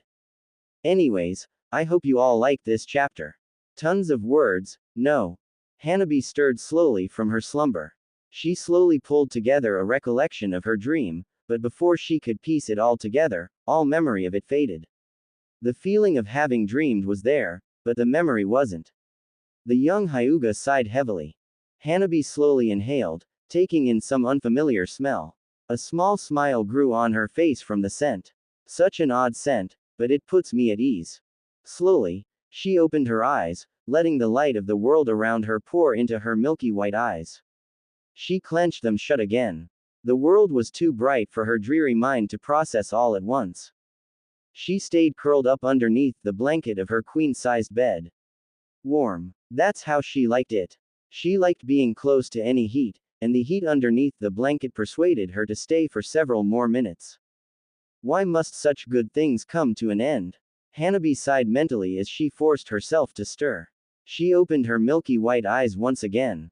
This time, her mind was able to process what she saw. She glanced down to see what she was holding onto. It was a black jacket, it was huge. It was practically another blanket laying on top of her small frame, under the blanket that was laying on top of her. Slowly, she pulled the memories of last night. She remembered Naruto handing her his jacket then, teleporting her. She wasn't aware of any teleporting, but she wouldn't put it past him. She didn't ask him what he did because it's rude to ask a ninja to reveal their secrets, but if he did it again, she would. They spoke briefly, where she found out that the fourth Hokage was his father. A surprise, but if she looked from it objectively, it only made sense. No way how you can look so much like him without being related in one way or another. Then it clicked in her head. She did know of a teleporting jutsu. The one that made the fourth Hokage so famous. Too early. Thinking too much. She sighed. She never could remember things clearly in the mornings. Always a slow starter, unless there was something important. She remembered the discussion they had, and then him teleporting her back to her compound, where she walked through the gate into her bedroom, immediately falling asleep. She never recounted ever giving his jacket back, meaning, I've been using his jacket as a blanket. She looked down at the collar of the jacket. There, she noticed a spot. She let out a little squeal. I drooled on his jacket. Damn it, Hanabi. How unladylike can you be? Hanabi berated herself as she sat up. I just have to get it washed before I give it back to him. The Hyuga sighed once again. She tossed his jacket into the laundry hamper across the room. The black suit jacket landed in with no issues. Score. Hanabi shuffled out of her bed and stood on her feet. They were a little weak, but as she moved around, strength started to return. She quickly took a shower and dressed herself in her ninja attire. She left her room and walked to the dining area for the main house. She walked into the adjoining kitchen and requested one of the chefs there to prepare her a simple light breakfast. After doing so, she sat at the table, waiting quietly for the food to come. She took in the relatively quiet morning. Moments passed by before the chefs arrived with a plate with a small portion of tamagoyaki, pretty much a rolled omelet, steamed rice, and miso soup. Hanabi grabbed the chopsticks, gave thanks for the meal, and started to eat the steamed rice. As Hanabi began eating, her father stepped out into the dining hall. Good morning, father. Hanabi replied sincerely as she took note of his presence. Good morning, daughter. I trust you had a good time after I left. I most certainly did. I learned a bit more about my teacher before he brought me home. How about you, father? By the looks of it, the Hokage was rough with you last night. Hiyashi sighed heavily as he massaged his temple. He knew his little daughter wasn't blissfully unaware of how the Hokage really was. The Hokage is formidable when it comes to drinking. If you ever have the chance, I suggest you don't take her up on her offers, if you have a choice. Lord Naruto seems to be the only one to hold his own with her. Duly noted, father. I will try my best to avoid ending up in such circumstances. Hanabi remarked as she thought for a moment, poised to ask another question. Why did you call him Lord Naruto, and not Sage Naruto? Is he nobility like us? Yes, and no. Since you are aware of his status, I can tell you more about his heritage. He is the last of both clans, Uzumaki and Namikaze. Well, he may not be the last of the Uzumaki, since they are wandering, but he is the last in the village. So he is the sole heir to not just one, but two clans of the village. The Uzumaki clan was given a title of nobility for their relations to the Senju clan and for their contributions to this village. The Namikaze does not necessarily have a history of being a noble clan, but after the village noticed the extraordinary potential Minato Namikaze, who became the fourth Hokage, the clan was given nobility as well. So Naruto has not only one, but two titles of nobility to him. Is that why the elders said they will tell the villagers about him after he decide which family name to inherit? I believe so. Either way, he will still receive both titles of nobility, or at least he should. Add that to him being a sage and hero of the 5 nations, he has a lot going for him. For what he's been through, it's only right. Didn't you hate him, father? No, I never truly hated him. He was annoying and childish and a prankster, but I knew who he was, not just what he was. I knew it wasn't his fault. I had nothing personal against him. That's why I never berated Hinata for following him. Hanabi giggled slightly at her father's pause. She knew what he wanted to say, but even he couldn't speak ill of his daughters. She did do that a lot, didn't she? She did. I was surprised as to how cooperative she was with the arranged marriage. She did date Naruto. I wonder why they didn't work out. She seemed so devoted to him. I think any guy would be lucky to have someone like her by their side. Ah, she was devoted, but maybe too devoted. I do not know. It isn't my place to ask about the undoing between her and her first love. I have my suspicions, but I wish not to confirm them. I understand, Hanabi replied thoughtfully as she finished off the last of her breakfast. Well then, father, I must go now. I have to meet up with Sage Naruto for training. Hanabi gently placed her chopsticks on the table and left the dining hall. I sincerely hope she knows what she is getting herself into. Hiyashi worried as he saw his youngest daughter march off to what could possibly be her worst experience. Hanabi quickly returned to her room where one of the maids were waiting on her. I have a request of you. Yes, Lady Hanabi. What is your request? I need my laundry to be done. Take special care of the suit jacket that is in the pile. It was given to me last night to keep me warm in the evening. When it is clean, please fold it and wrap it up so I may return it. The maid bowed gracefully. As you wish. It shall be done by today. Thank you. Hanabi ended the conversation there. She technically didn't have to say thanks, as most nobles don't, since it is expected for the servants to follow orders, but it wouldn't sit well with her if she didn't at least say thanks. Hanabi retrieved a number of tools from her room before leaving for the Hyuga's main gate. Slowly, the blonde shinobi stirred in his full-size bed. He unfurled from a curled position and sat up straight. Sleeping cap still on, he rolled out of his bed and stumbled through his tiny apartment. He started up the shower first, knowing it will take a while before it warms up. While the water ran, he searched through his dresser and closet for a set of his Jonin uniform. Pull out a set, he tossed it onto his bed before making his way to the shower. He stripped down and took a quick shower. After he finished taking his shower, he quickly dried himself off and wore his outfit. He grabbed a pot, filled it with water and left it on the stove to boil it. He grabbed an instant cup of ramen from the pantry and opened it, preparing it. Once the water came to a boil, he carefully poured the water into the cup and placed a pair of chopsticks on top of the lid to keep it shut. He shuffled around the room and opened up the window next to his bed to let from fresh air before walking back to his ramen. Figuring enough time has passed, B removed the lid, gave thanks for the meal, and began eating the ramen. A small smile appeared on his face as he started to enjoy the simple things in life. After finishing off his cup of ramen, he packed his pouches with scrolls and weapons before setting off to the Hyuga compound. As he left the door, he created 2 clones. He ordered one to do the laundry and clean the apartment. He then turned to the other. I want you to go to the library. Make as many clones as you want, and find some good books to read. When they finish reading, pop them one at a time so I'm not overloaded with info. The clone nodded in affirmation and left immediate. Might as well educate himself while he was training. When you train the body, you should train the mind as well. With that taken care of, he left, walking at a normal pace towards the Hyuga compound. Naruto showed up at the main gate of the Hyuga compound and noticed his new student. He waved at her casually as the guards bowed. Good morning, Sage Naruto. The guards replied simultaneously. Naruto grinned as he greeted the guards. He turned and greeted the young Hyuga. Good morning, Hanabi. Good morning, Sage Naruto. Hanabi could see the sweat drop from Naruto's head. Please, Hanabi, just Naruto if you will.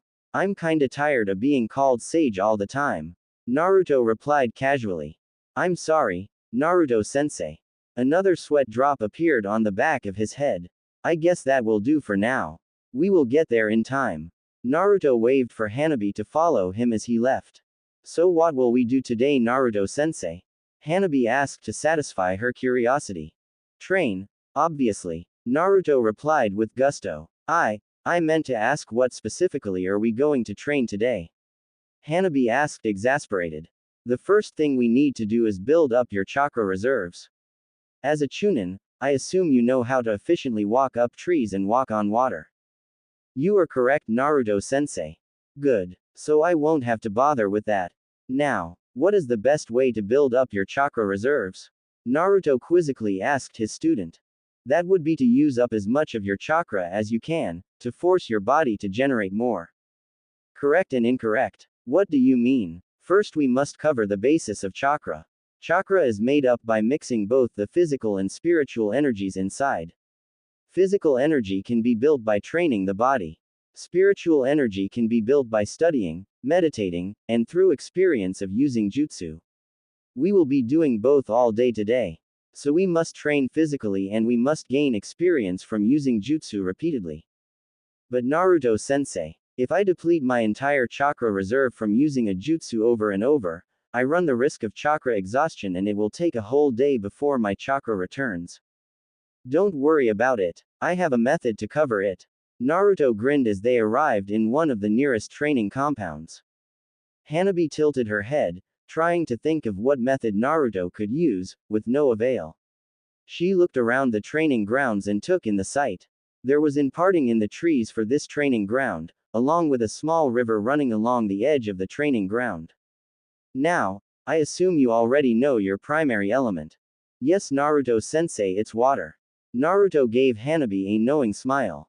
That's good. That's my secondary element, and I happen to be very proficient at it. Now, use the best water jutsu you can that eats up a lot of your chakra. Naruto stated as he stood from the side.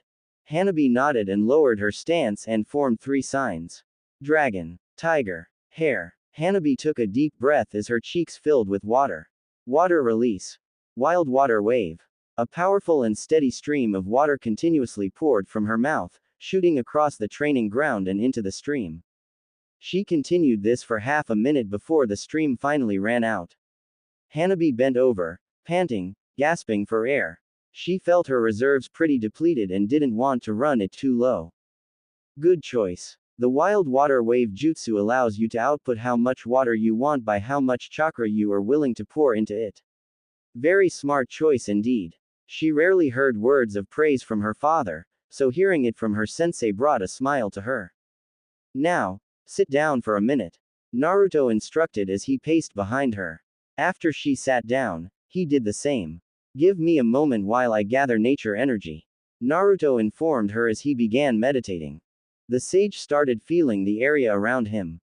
The earth, the wind, the water, the grass, the life. Slowly, the nature energy seeps into him as markings appear around his inhaled deeply, taking in the life around him, and exhaled, breathing life back out.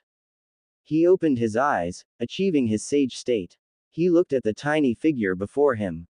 He saw her whole chakra circulatory system. He saw her diminished chakra reserve in her stomach. Hanabi. Naruto called out in a sagely tone. Hold still. I will place my hand on your chakra core and carefully inject some of my own chakra to replenish yours, understood? Sure. I never heard of such a useful technique before. It was used briefly during the Third Great Ninja War. Naruto stated, as he slipped his hands underneath the bottom of her shirt, placing it against her bare skin. The jutsu was only used in emergency situations due to its heavy cost. The user of the jutsu has to use twice as much chakra as what would be given to the subject, so it typically drained the user just to do it once. Hanabi felt his bare hands and twitch at the sudden touch, but didn't yell out. It wasn't like he could anything embarrassing. If his hands went even lower, she didn't care who he was. She would promptly proceed to bash his face. Isn't there a more efficient way to transfer one's chakra to another? Hanabi asked as she felt warm energy being poured into her core. No, that is the most efficient. People not used to using this technique would probably waste 5 times as much chakra. Naruto slowly topped off Hanabi's reserves. He pulled his hands away. There. All done. Try again. Feeling refreshed, the kunoichi stood up, formed the same 3 seals, and used the same jutsu. This time, there may not have been a noticeable difference, but she felt like it lasted longer, or at least a little more powerful. 2 hours passed in this motion. Hanabi used a variety of different jutsu to change it up over other hours. Naruto called it to a halt as the sun loomed at its highest point in the sky. He began to see the mental exhaustion take over in Hanabi. He was topping off her reserves over and over, and her reserves were growing slightly more and more each time, but the repetitive nature of this training was starting to show. Let's call it a break and relax for a bit. Naruto suggested. It's okay, Naruto-sensei. I can keep going. I know you can keep going, Hanabi, but overdoing it will cause more trouble than it's worth. So for now, lay down, relax, and reflect over the experiences you gained over the past 2 hours. Hanabi seemed a bit down, but did as she was told. She laid down, sprawling her limbs across the lush green grass and closed her eyes. She recalled each of her jutsu feeling like they've gotten stronger, even though she was just beginning. She knew this wouldn't be possible with anyone else. No one had the vast chakra reserves that Naruto had. Even so, he must be pushing himself near his limits after refilling her so many times. Even so, as he instructed, she reflected on her experiences. 10 minutes passed. 20 minutes passed. 30 minutes passed. She finally sat upright, thinking there was no more for her to examine. She opened her eyes and noticed her sensei simply sitting. No, he wasn't simply sitting. He was meditating. She felt an enormous aura come off him. It didn't feel dense, it felt soft. It didn't feel heavy, it felt light. It didn't feel cold, it felt warm. It didn't feel dangerous, it felt peaceful. Curious, Hanabi made her way to the front of Naruto and sat down, staring at his face. She took note of the orange pigmentation surrounding his eyes, confirming he was in sage mode. Hanabi sat down and waited patiently. This was her sensei's time to train. A few moments passed before his eyes opened. She held a steady gaze as she looked at his golden eyes. His pupils looked just like a toad's. I guess that's because he's a toad sage.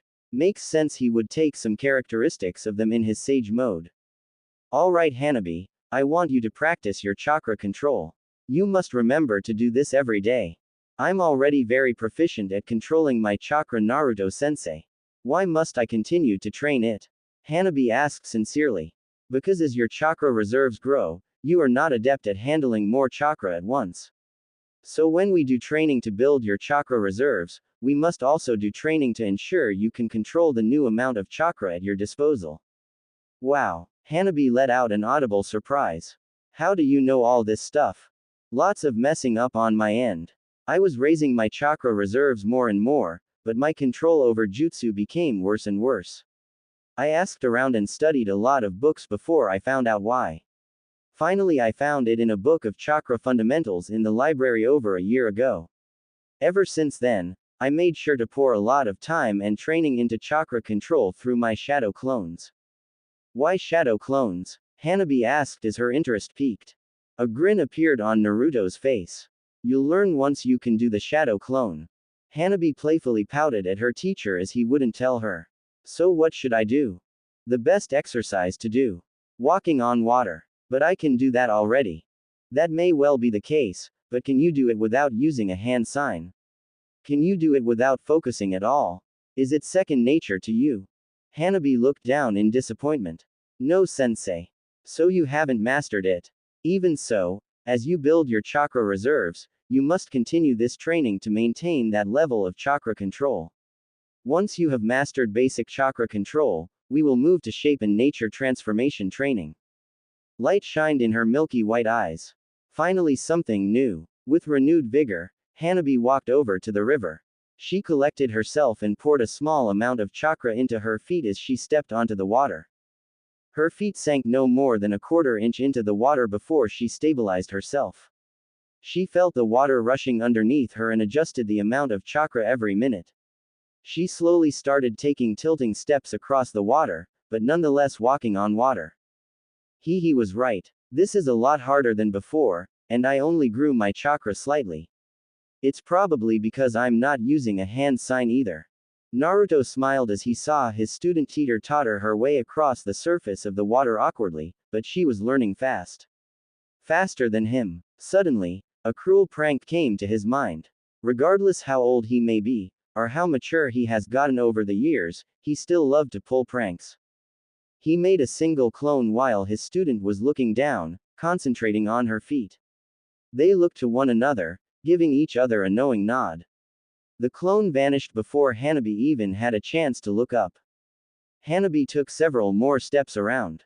She closed her eyes to concentrate more, searching out when the water surged with more power, or receded its flow.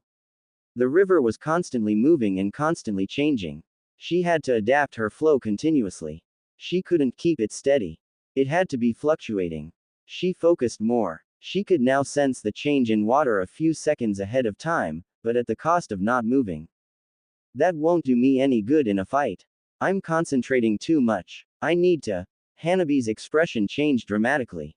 She started to pour even more water into her feet for the oncoming surge of water she felt rushing towards her. She wasn't fast enough. The speed and the change in volume was too drastic.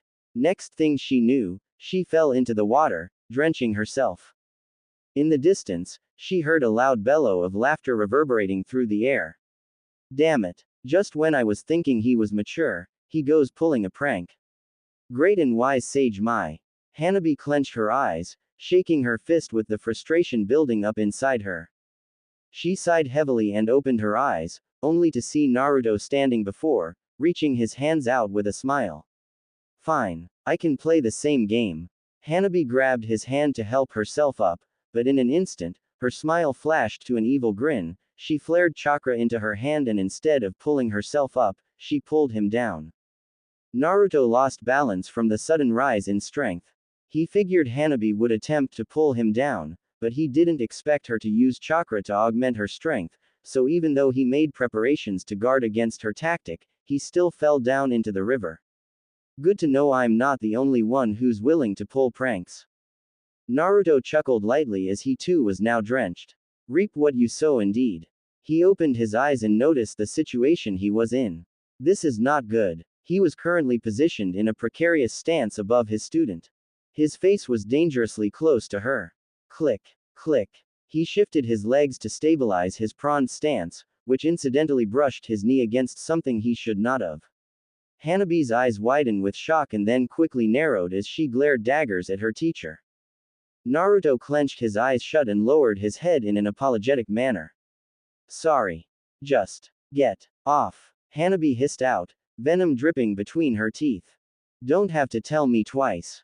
Naruto quickly and uncomfortably brought himself to an upright position before extending his hand once again. Hell has no fury like a woman's scorn.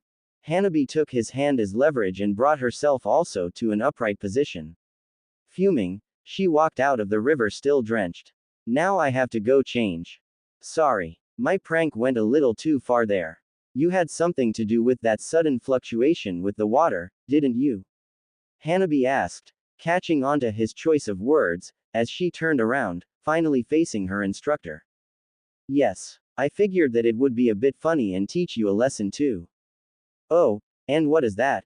Hanabi crossed her arms across her dripping outfit, waiting for a reply. Naruto's eyes steeled over and his happy demeanor vanished. When fighting, the water is never calm and predictable. You should never predict how the water is going to change, but wait for it to happen and do it on the spot.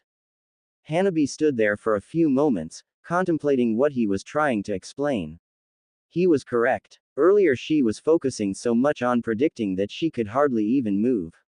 Walking on water is one thing, but mastering it to where you won't even have to think about it is a completely different thing. You can't effectively fight a battle on water if you have to concentrate and predict even the slightest bit on how the water will change. If this is the basics of chakra control, she had a long way to go. He's right about that, but I'm still pissed at him. She glared at her sensei. Warmth flowing back into his eyes, he suggested a thought. How about this? After we change, I'll treat you to lunch, sound good? Hanabi stood there for a brief moment before giving her a reply. Fair, but I'm still going to be mad at you sensei. Naruto sighed as he walked up. I'll drop you off at your compound so you won't have to walk around all drenched. Thanks. Hanabi simply replied before the both of them vanished. Nearly an hour has passed by since Naruto dropped off Hanabi at the main gate. The look on the guards were priceless. Hanabi almost immediately stormed away from him when they arrived.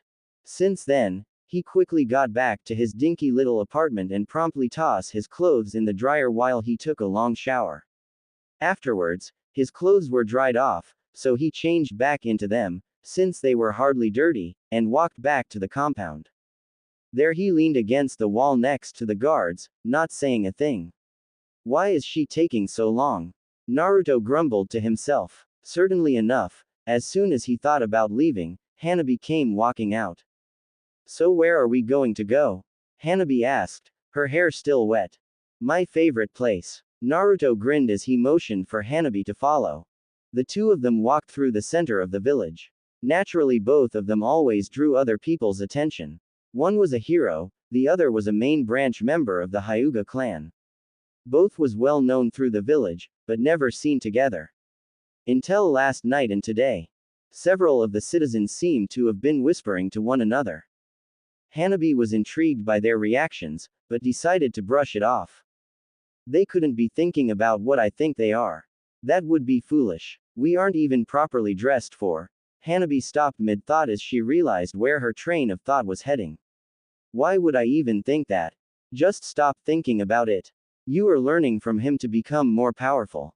Simple as that. No more. No less. Hanabi released any extra thoughts from her mind and concentrated on what was in front of her.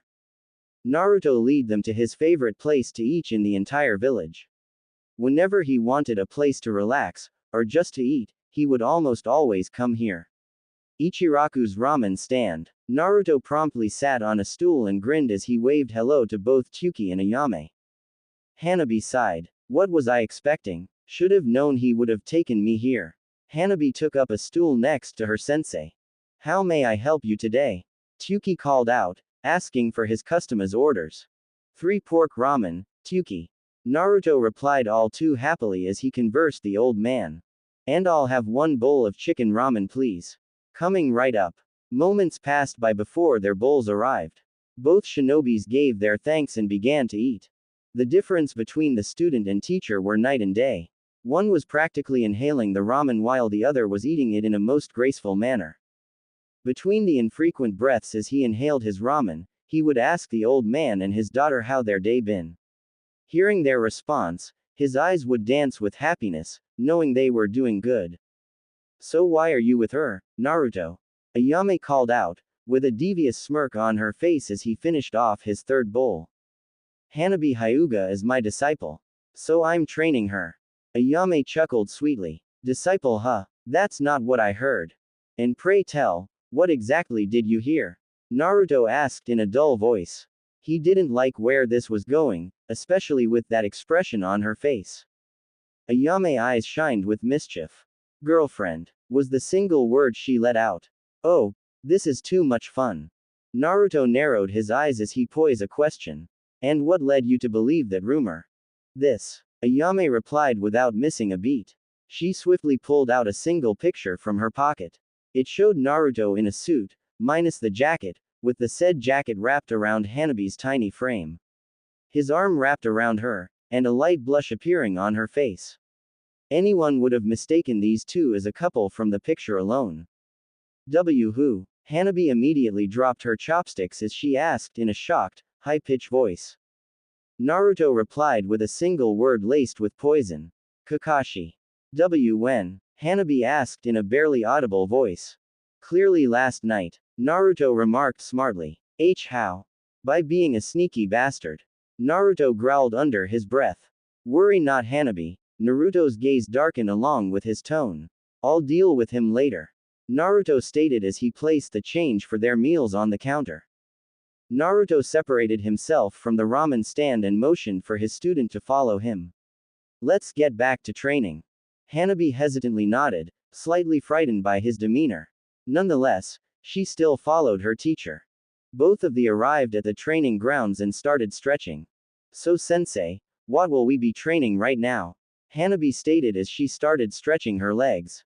Well, much like how we trained our yin, our spiritual energy, earlier by using jutsu, we must train our yang, our physical energy, for the rest of the day.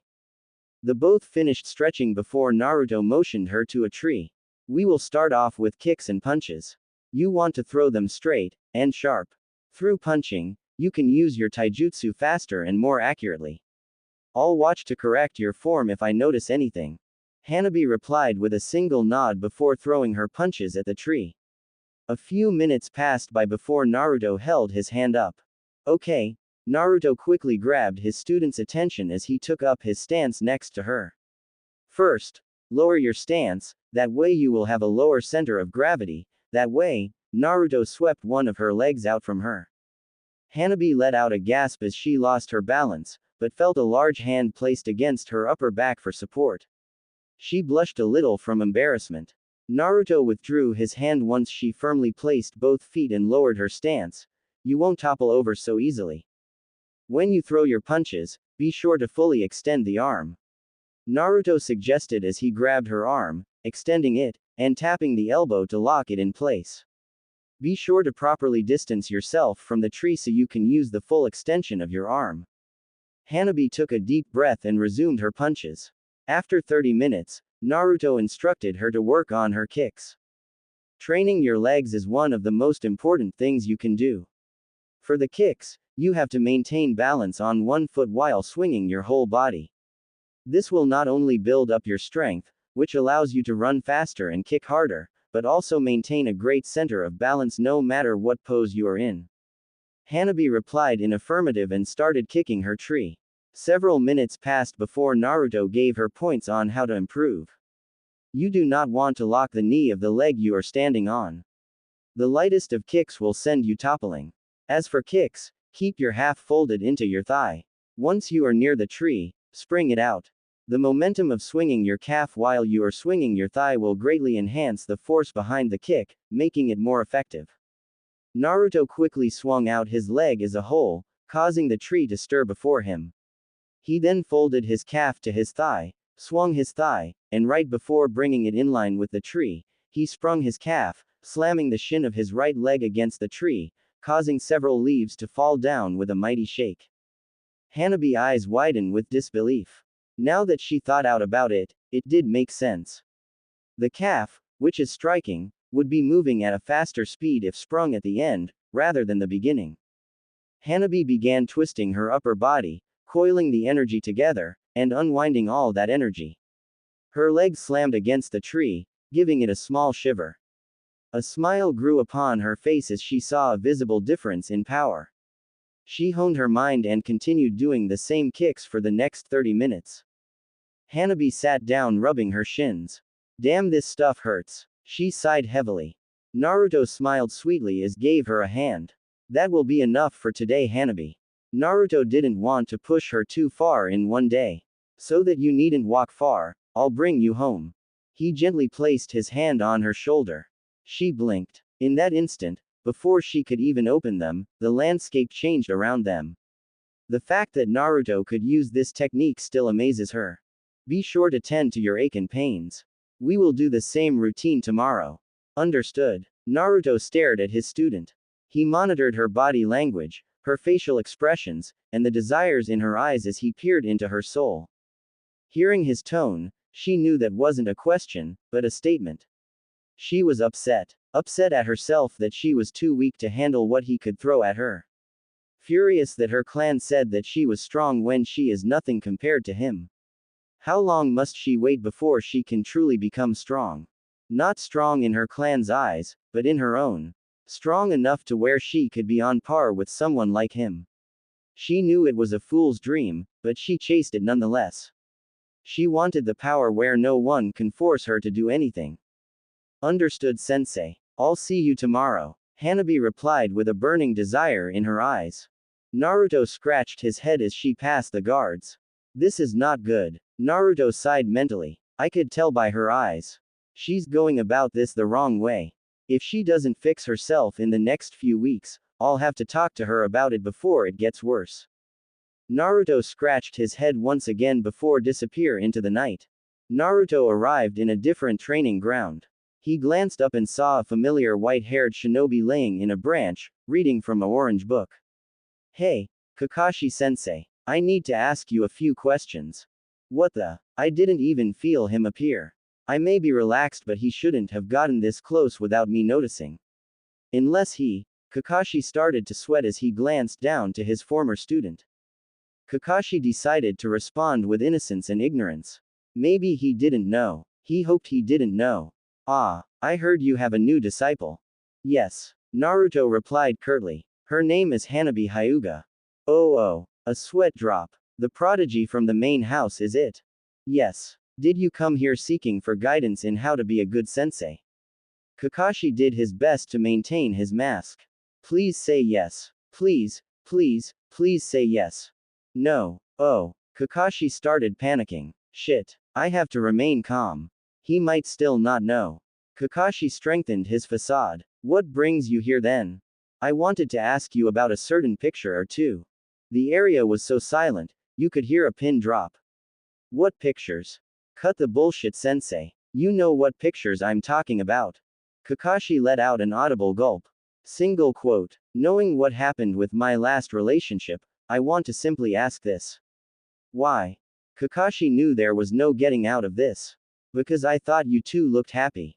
Yes, I'm happy because I have a legitimate student to teach now. She's happy because she has the strongest teaching her.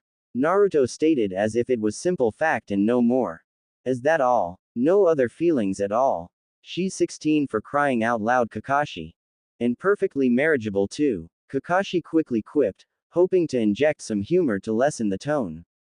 Marriageable. That's too far, sensei. Naruto gasped in shock.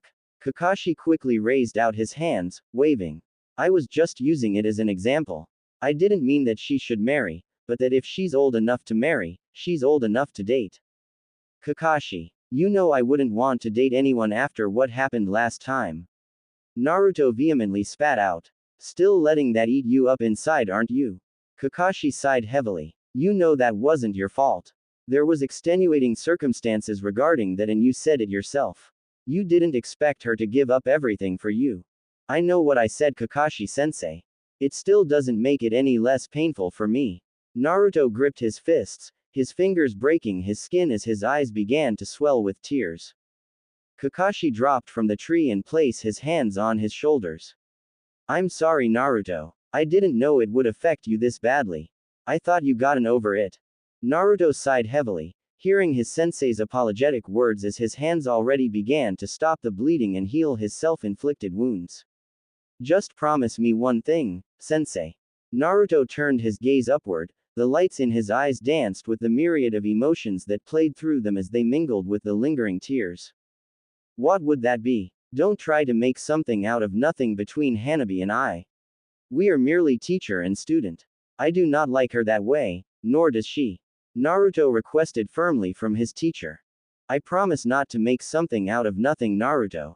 Kakashi promised solemnly. But if something does appear, you bet I'll make something out of it, Naruto. You deserve happiness the most out of this village, and not even you will stop me from that. Naruto sensed something went awry with his acceptance, but chose to dismiss it. He would have faith in his teacher.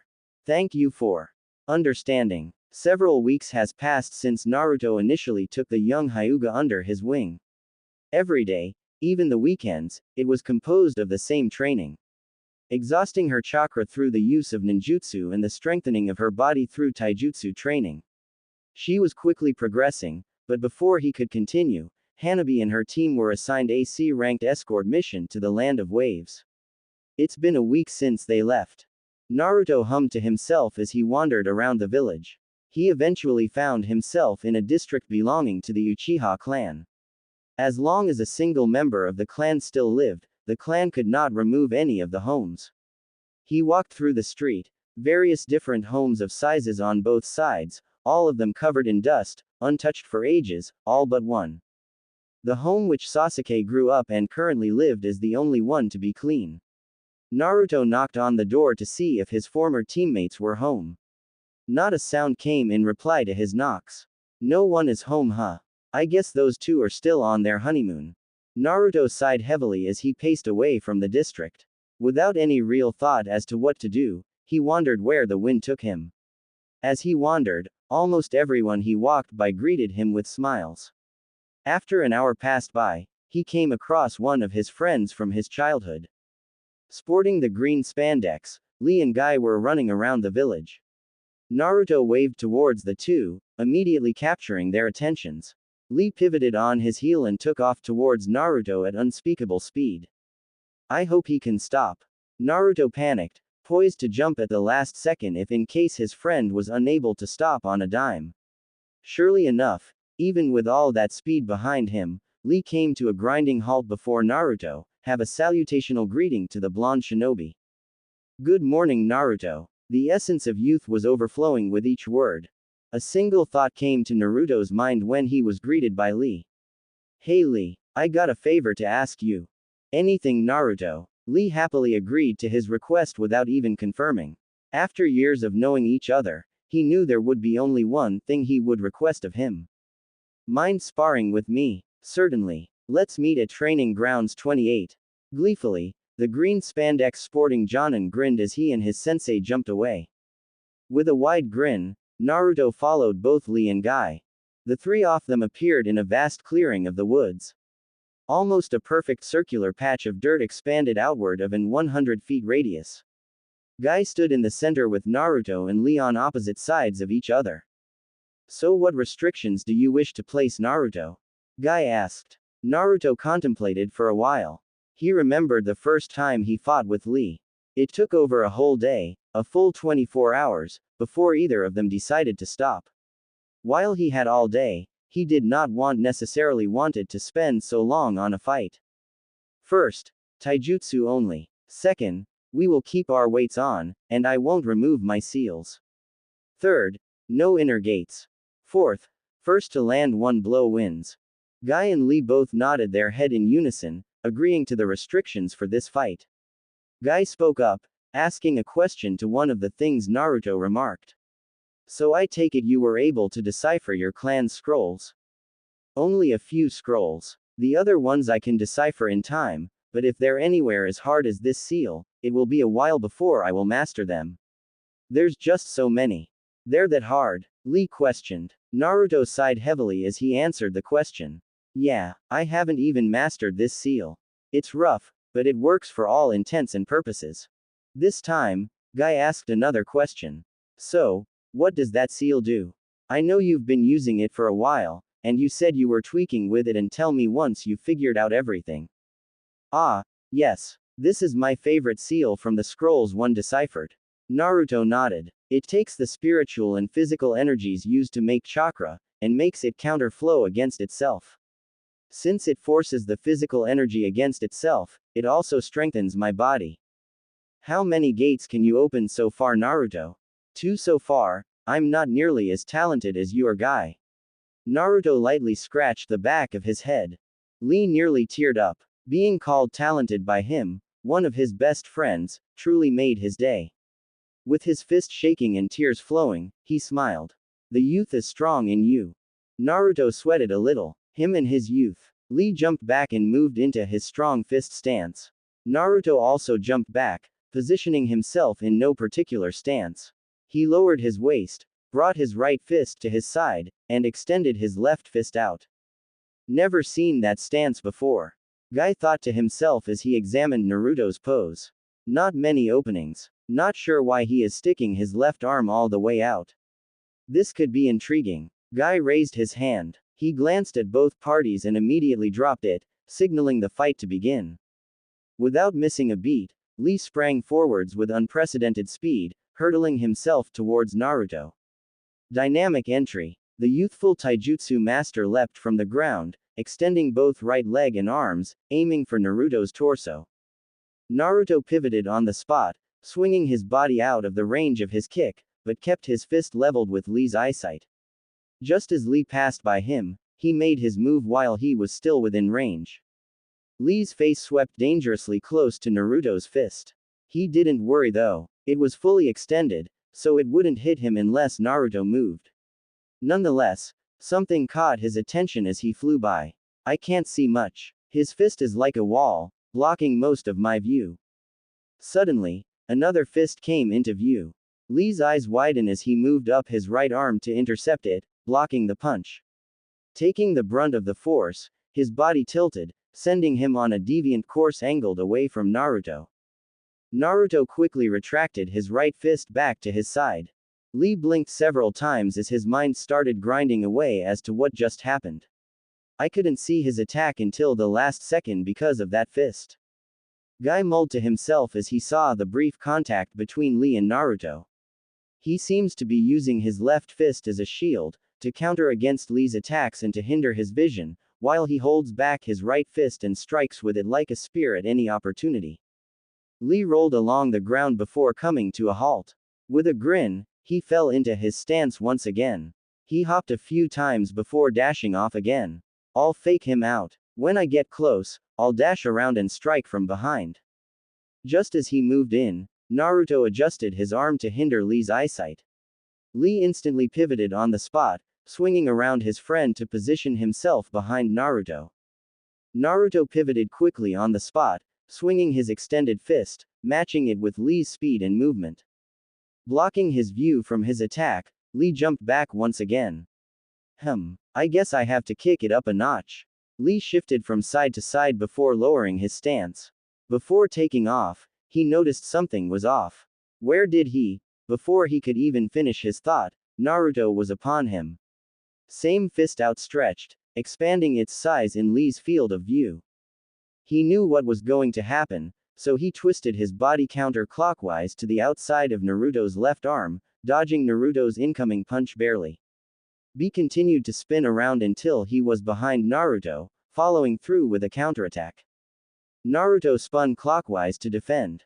Lee, still spinning, sent a right hook to his ribs. Before he could do anything, Lee already nailed him in the side of the rib. Damn, he's not light on the punches. Naruto skidded a few feet away as he clenched his right side. Guy raised his hand, indicating the fight ended in Lee's victory. Guy stretched out his fist and gave his trademark thumbs up. Nice job, Lee. Thank you, Guy-sensei. Naruto took a deep breath as he felt his side, making sure no bones were broken. After confirming, he casually walked over to Lee. That was a good fight, Lee. Still shows I'm no match for you. Lee scratched the back of his head as he blushed at the comment. Only in your base form. I'm sure if you decided to go all out, I would lose. But I have no reason to go all out anymore, and I'm sure the village would be happy if it stayed that way. Naruto chuckled loudly. He understood how much power he held. He knew that without having the powers of the tailed beasts inside him, or the power of the sage, while he could hold his own against the top, he would not be the strongest as he is right now. He wanted to be like Lee. No natural talent, but surely one of the best through sheer dedication. This is the reason why he wanted to train his base form. He doesn't hate the gifts given to him, but he didn't want it to rely on them. He wanted to be strong without them. Naruto patted Lee on the shoulder. He was a bit disappointed that the fight ended so soon, but it just showed how much farther he had to go before he could stand on equal grounds with his friend. Good job, Lee. I need to work harder to catch up. Lee grinned as he stared at Guy. Guy gave a knowing nod to Lee's unvoiced question. He bent down and pulled up his orange leg warmers. Wrapped around his ankles were a series of weights, resembling what he was wearing back in the Chunin exam several years ago. He quickly unfastened both of them and held them out. These are for you, Naruto. I'm sure they will supplement your own training quite well. They were starting to get a bit light for me now anyways. Naruto took a closer look at the weights. Written on them were the words, "Fight Lee. Fight." Naruto couldn't help but chuckle lightly to receiving hand-me-downs from Lee, but he accepted the gift lightly.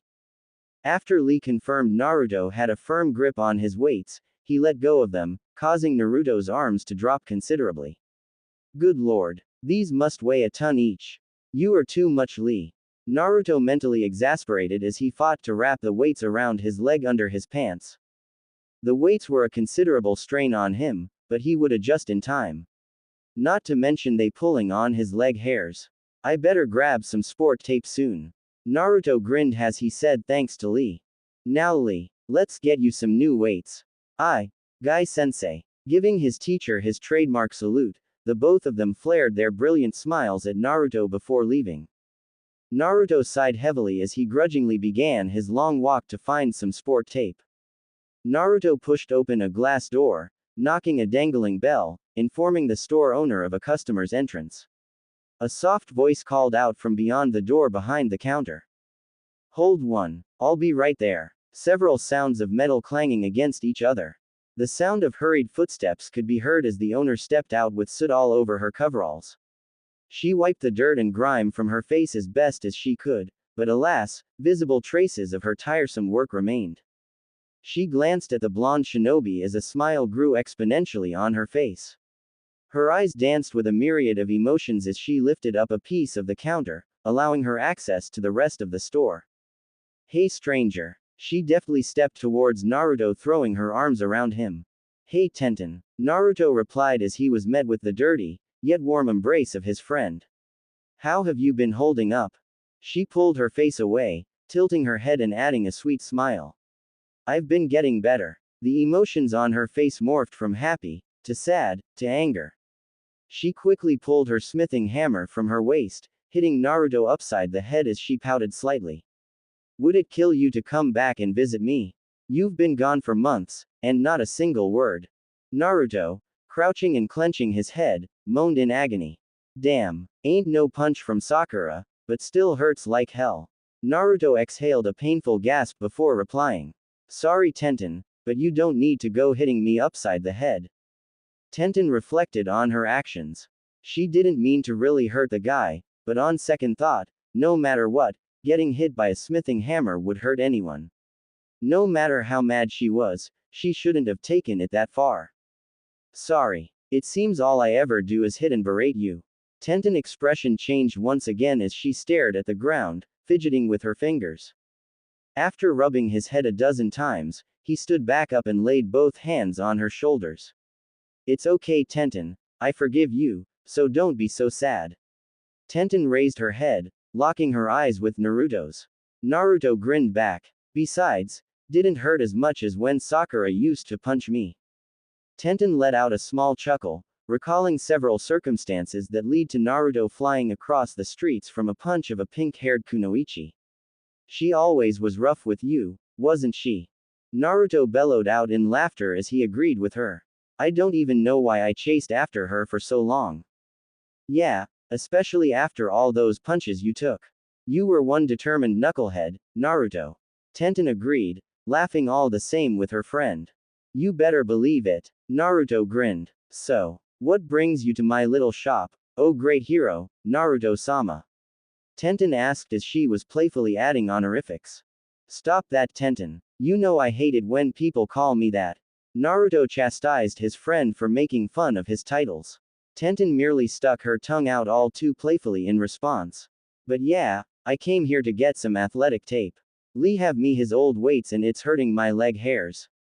Naruto called out sorrowfully as tears streamed down his face. Tenten could stop laughing and immediately ran around a corner, turning into an aisle and grabbing some white tape. She turned around and tossed it at Naruto. She rang him up and he happily paid for the bandages. He sat on the ground immediately and pulled off the weights, laying them carefully on the ground as to not leave a crater. He already got hit once in the head, and that was playfully. Last thing he wanted was a smithing hammer being flung at him at full force. His legs were a pinkish red, severely agitated by the weights. B rubbed it a few times to relax the muscles and rub out the irritation before wrapping it up. He attached the leg weights to his legs again, grinning as he now didn't feel the friction anymore. Tenten managed to get a glimpse at the writing on each of the individual weights. Fight Lee, fight, huh? Guy always motivated Lee every way possible, didn't he? A gentle smile grew upon her face once again as Naruto rose to his feet. Hey, remember what you asked me to do last time you were here? Naruto rattled his brain for a bit, attempting to recall past conversations. Searching through his mind to no avail, he shook his head as Tenten pouted slightly in response. Seriously. This guy, if I didn't remind him, he would never remember. Tenten sighed lightly. The you wanted specific kunais made.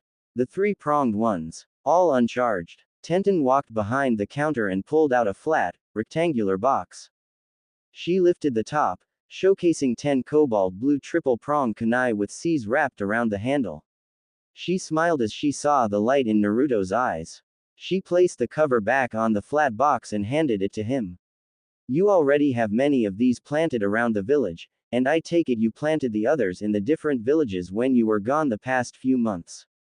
What do you need 10 more for? To give them out to people. I'll need another 10 more I think. Naruto grinned as he pulled the box off the counter. I'll need an upfront payment. You know how costly this stuff gets. Naruto sighed heavily. I'll come by tomorrow with the money. Naruto waved as he walked out the store. I guess I'll go check up on some other people. It was mid-afternoon when Naruto found his way to the Inuzuka clan's district. He knew he was in the right place as he glanced around and noticed a greater density of shinobi with red fang marks on their cheeks walking around with their fellow dogs. Naruto walked around until he found a familiar face. He waved his hand out, calling to his friend. Yo, Kiba. Kiba's head swiveled from his companion, Akamaru, to Naruto. He raised his hand, greeting his friend as Naruto jogged to his side. Yo, Naruto. What's up, man? You been gone for several months. Well, you know, Hokage sending me on those damn S-rank missions, I was also visiting the other countries, trying to build ties with them. Well, we already have a solid relationship with the Sand Village. The Cloud Village is far better than it was years ago. Any luck with the Stone Village and the Mist Village? The Mist Village is coming around, slowly. Onoki of the Stone Village is a pain. He's really set in his old ways and don't want to bend. Kiba couldn't help but laugh. So I heard a little rumor, Naruto. Seems you got a new student. Kiba commented with an all too knowing grin. Yeah, I'm training Hinata's little sister, Hanabi. She's away on a mission right now, but she should be back in the next few days. Is that all? Kiba asked, slightly deflated. I heard more, but. As if Naruto knew what was running through his mind at instant, he stared back with a cold glare. That is all.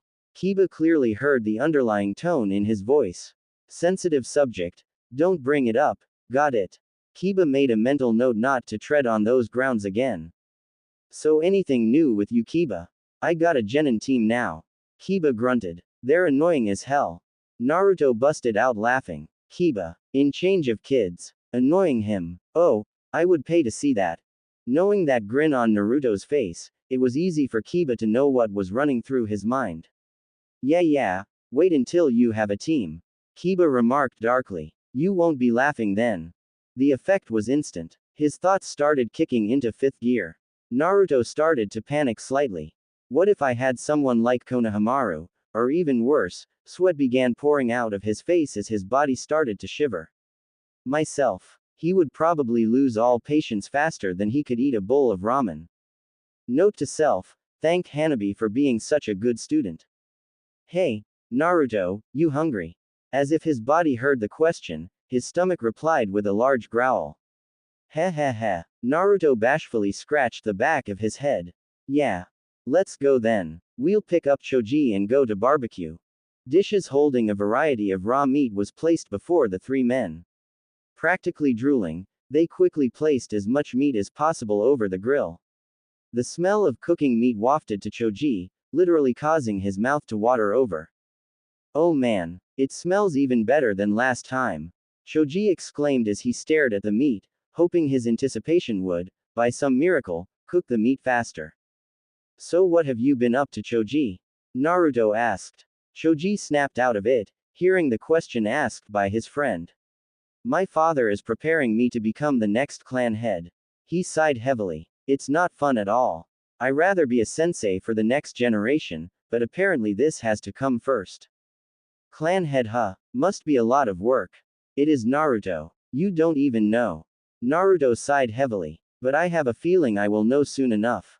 What do you mean? Kiba asked. Choji raised an eyebrow to Kiba's question. Don't you know? You do know who Naruto's parents are, right? Well, yeah, the fourth Hokage. And he's a Uzumaki. Choji smacked his forehead. There are no other Namikaze or Uzumaki in the village. And? Kiba asked, getting impatient. He's the sole heir to not just one, but two clans of the village, am I right, Naruto? Naruto sighed and hanged his head low. Kiba let out a whistle. Damn. Double the pressure. Good thing I don't have to worry. My mom won't let me take over until I beat her, and she's never holds back in a fight. Kiba shivered, recalling the last time his mother fought him. He was pretty heated at the time, and ended up saying the one thing he never should have said. Someone along the lines of, like how you chased out dad. He always rebuked this thought in his head, but that day he made the grave mistake of uttering that line out loud. Needless to say, his mother and her companion tore him up so bad, there was barely anything left of his clothes, including that expensive leather jacket. He eventually got a new one, which is the same one he wears now, but man, it burned a hole in his wallet. After snapping back from his memories, he noticed Naruto and Choji already eating. His mouth hanging wide open, completely appalled that his friends started without him. He decided to start eating twice as fast just to gain grounds and catch up with his friend. He didn't even wait to cool down the meat before chomping into it, which caused him to sorely burn his tongue. Much to his pain and grief, this sadly ended up costing him even more time, ultimately leaving him out a significant portion of the meat. Open corner bracket 29th of April. The next day rolled around faster than wanted. Naruto spent the better half of the morning visiting the bank, withdrawing the amount necessary for Tenten. He found his way to Tenten's shop with his wallet, Gama-chan, bursting at the seams. He opened the door, the bell chiming upon his arrival. Tenten turned her sight upward, catching a glimpse of the blonde shinobi. Hey Naruto. Naruto casually raised his hand in response to Tenten. Yo Tenten, how is your day going? Going as good as it can. I take it you brought the money. Yeah, Naruto simply replied, pulling out his frog pouch. Tenten let out a giggle as she saw the frog. Still using that old thing. Yeah, even after all of its wear and tear, it still hangs on. Naruto placed his frog pouch on the counter and pried open its mouth. Several large bills burst forth. How did you even fit that much in him without tearing the seams? Very carefully. Tenten couldn't help but laugh. She could only imagine Naruto trying to stuff so much into the poor wallet. She sat there and counted the money. She knew Naruto wouldn't try to swindle her, but she still didn't trust his counting skills. Sure enough, the full amount is there. Okay, Naruto. The minerals should be here in a few days. It will take at least another week for me to finish the 10 kunai. That's fine Tenten. I'm in no rush to get them. Naruto grabbed his near-empty wallet and tucked it away. A moment passed in silence between the two, causing a slight awkward tension between the two. Naruto was never really that good at idle conversation. He knew that just to ask questions, and give answers, but he always had a harder time with those of the opposite gender, whether he viewed them as friends, or slightly more.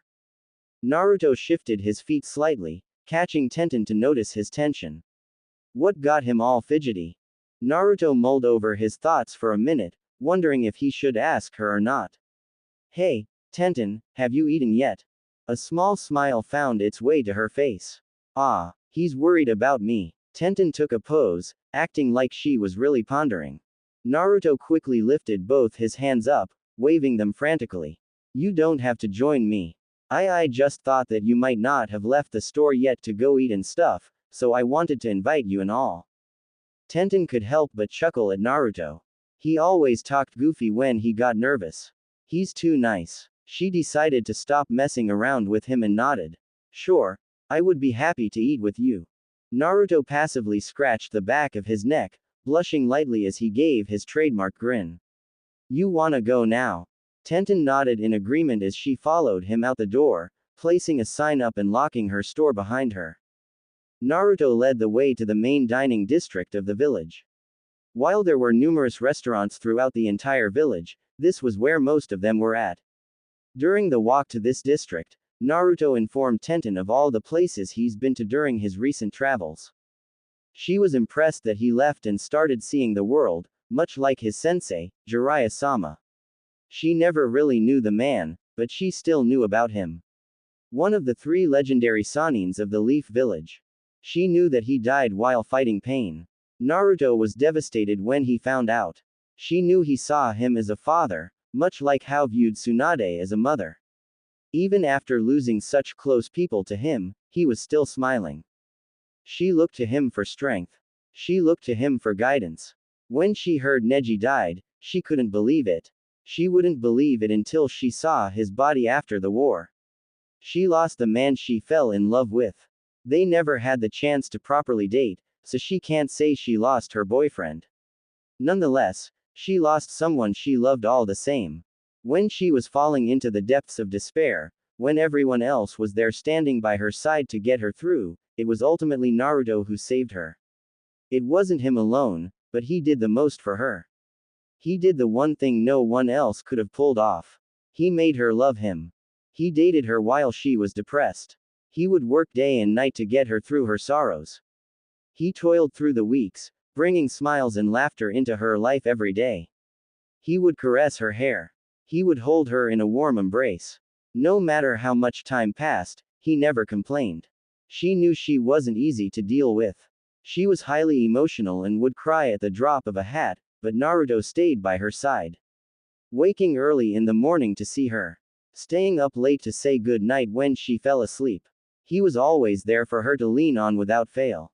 He was the most dependable boyfriend. If she wanted it, the two of them would have never have broken up. Naruto was just that nice. He didn't mind spending his life with her, not the slightest, but Tenten still felt guilty. She felt like she forced him into being her boyfriend figure through guilt, no matter how many times he said otherwise. She couldn't tie him down like that, so once she was better, she broke it off and said thanks. He was saddened, but he understood. He always liked her, just a little, and it grew and grew, more and more, as they dated longer and longer. His affections towards her was always genuine. It started with helping her get over Neji.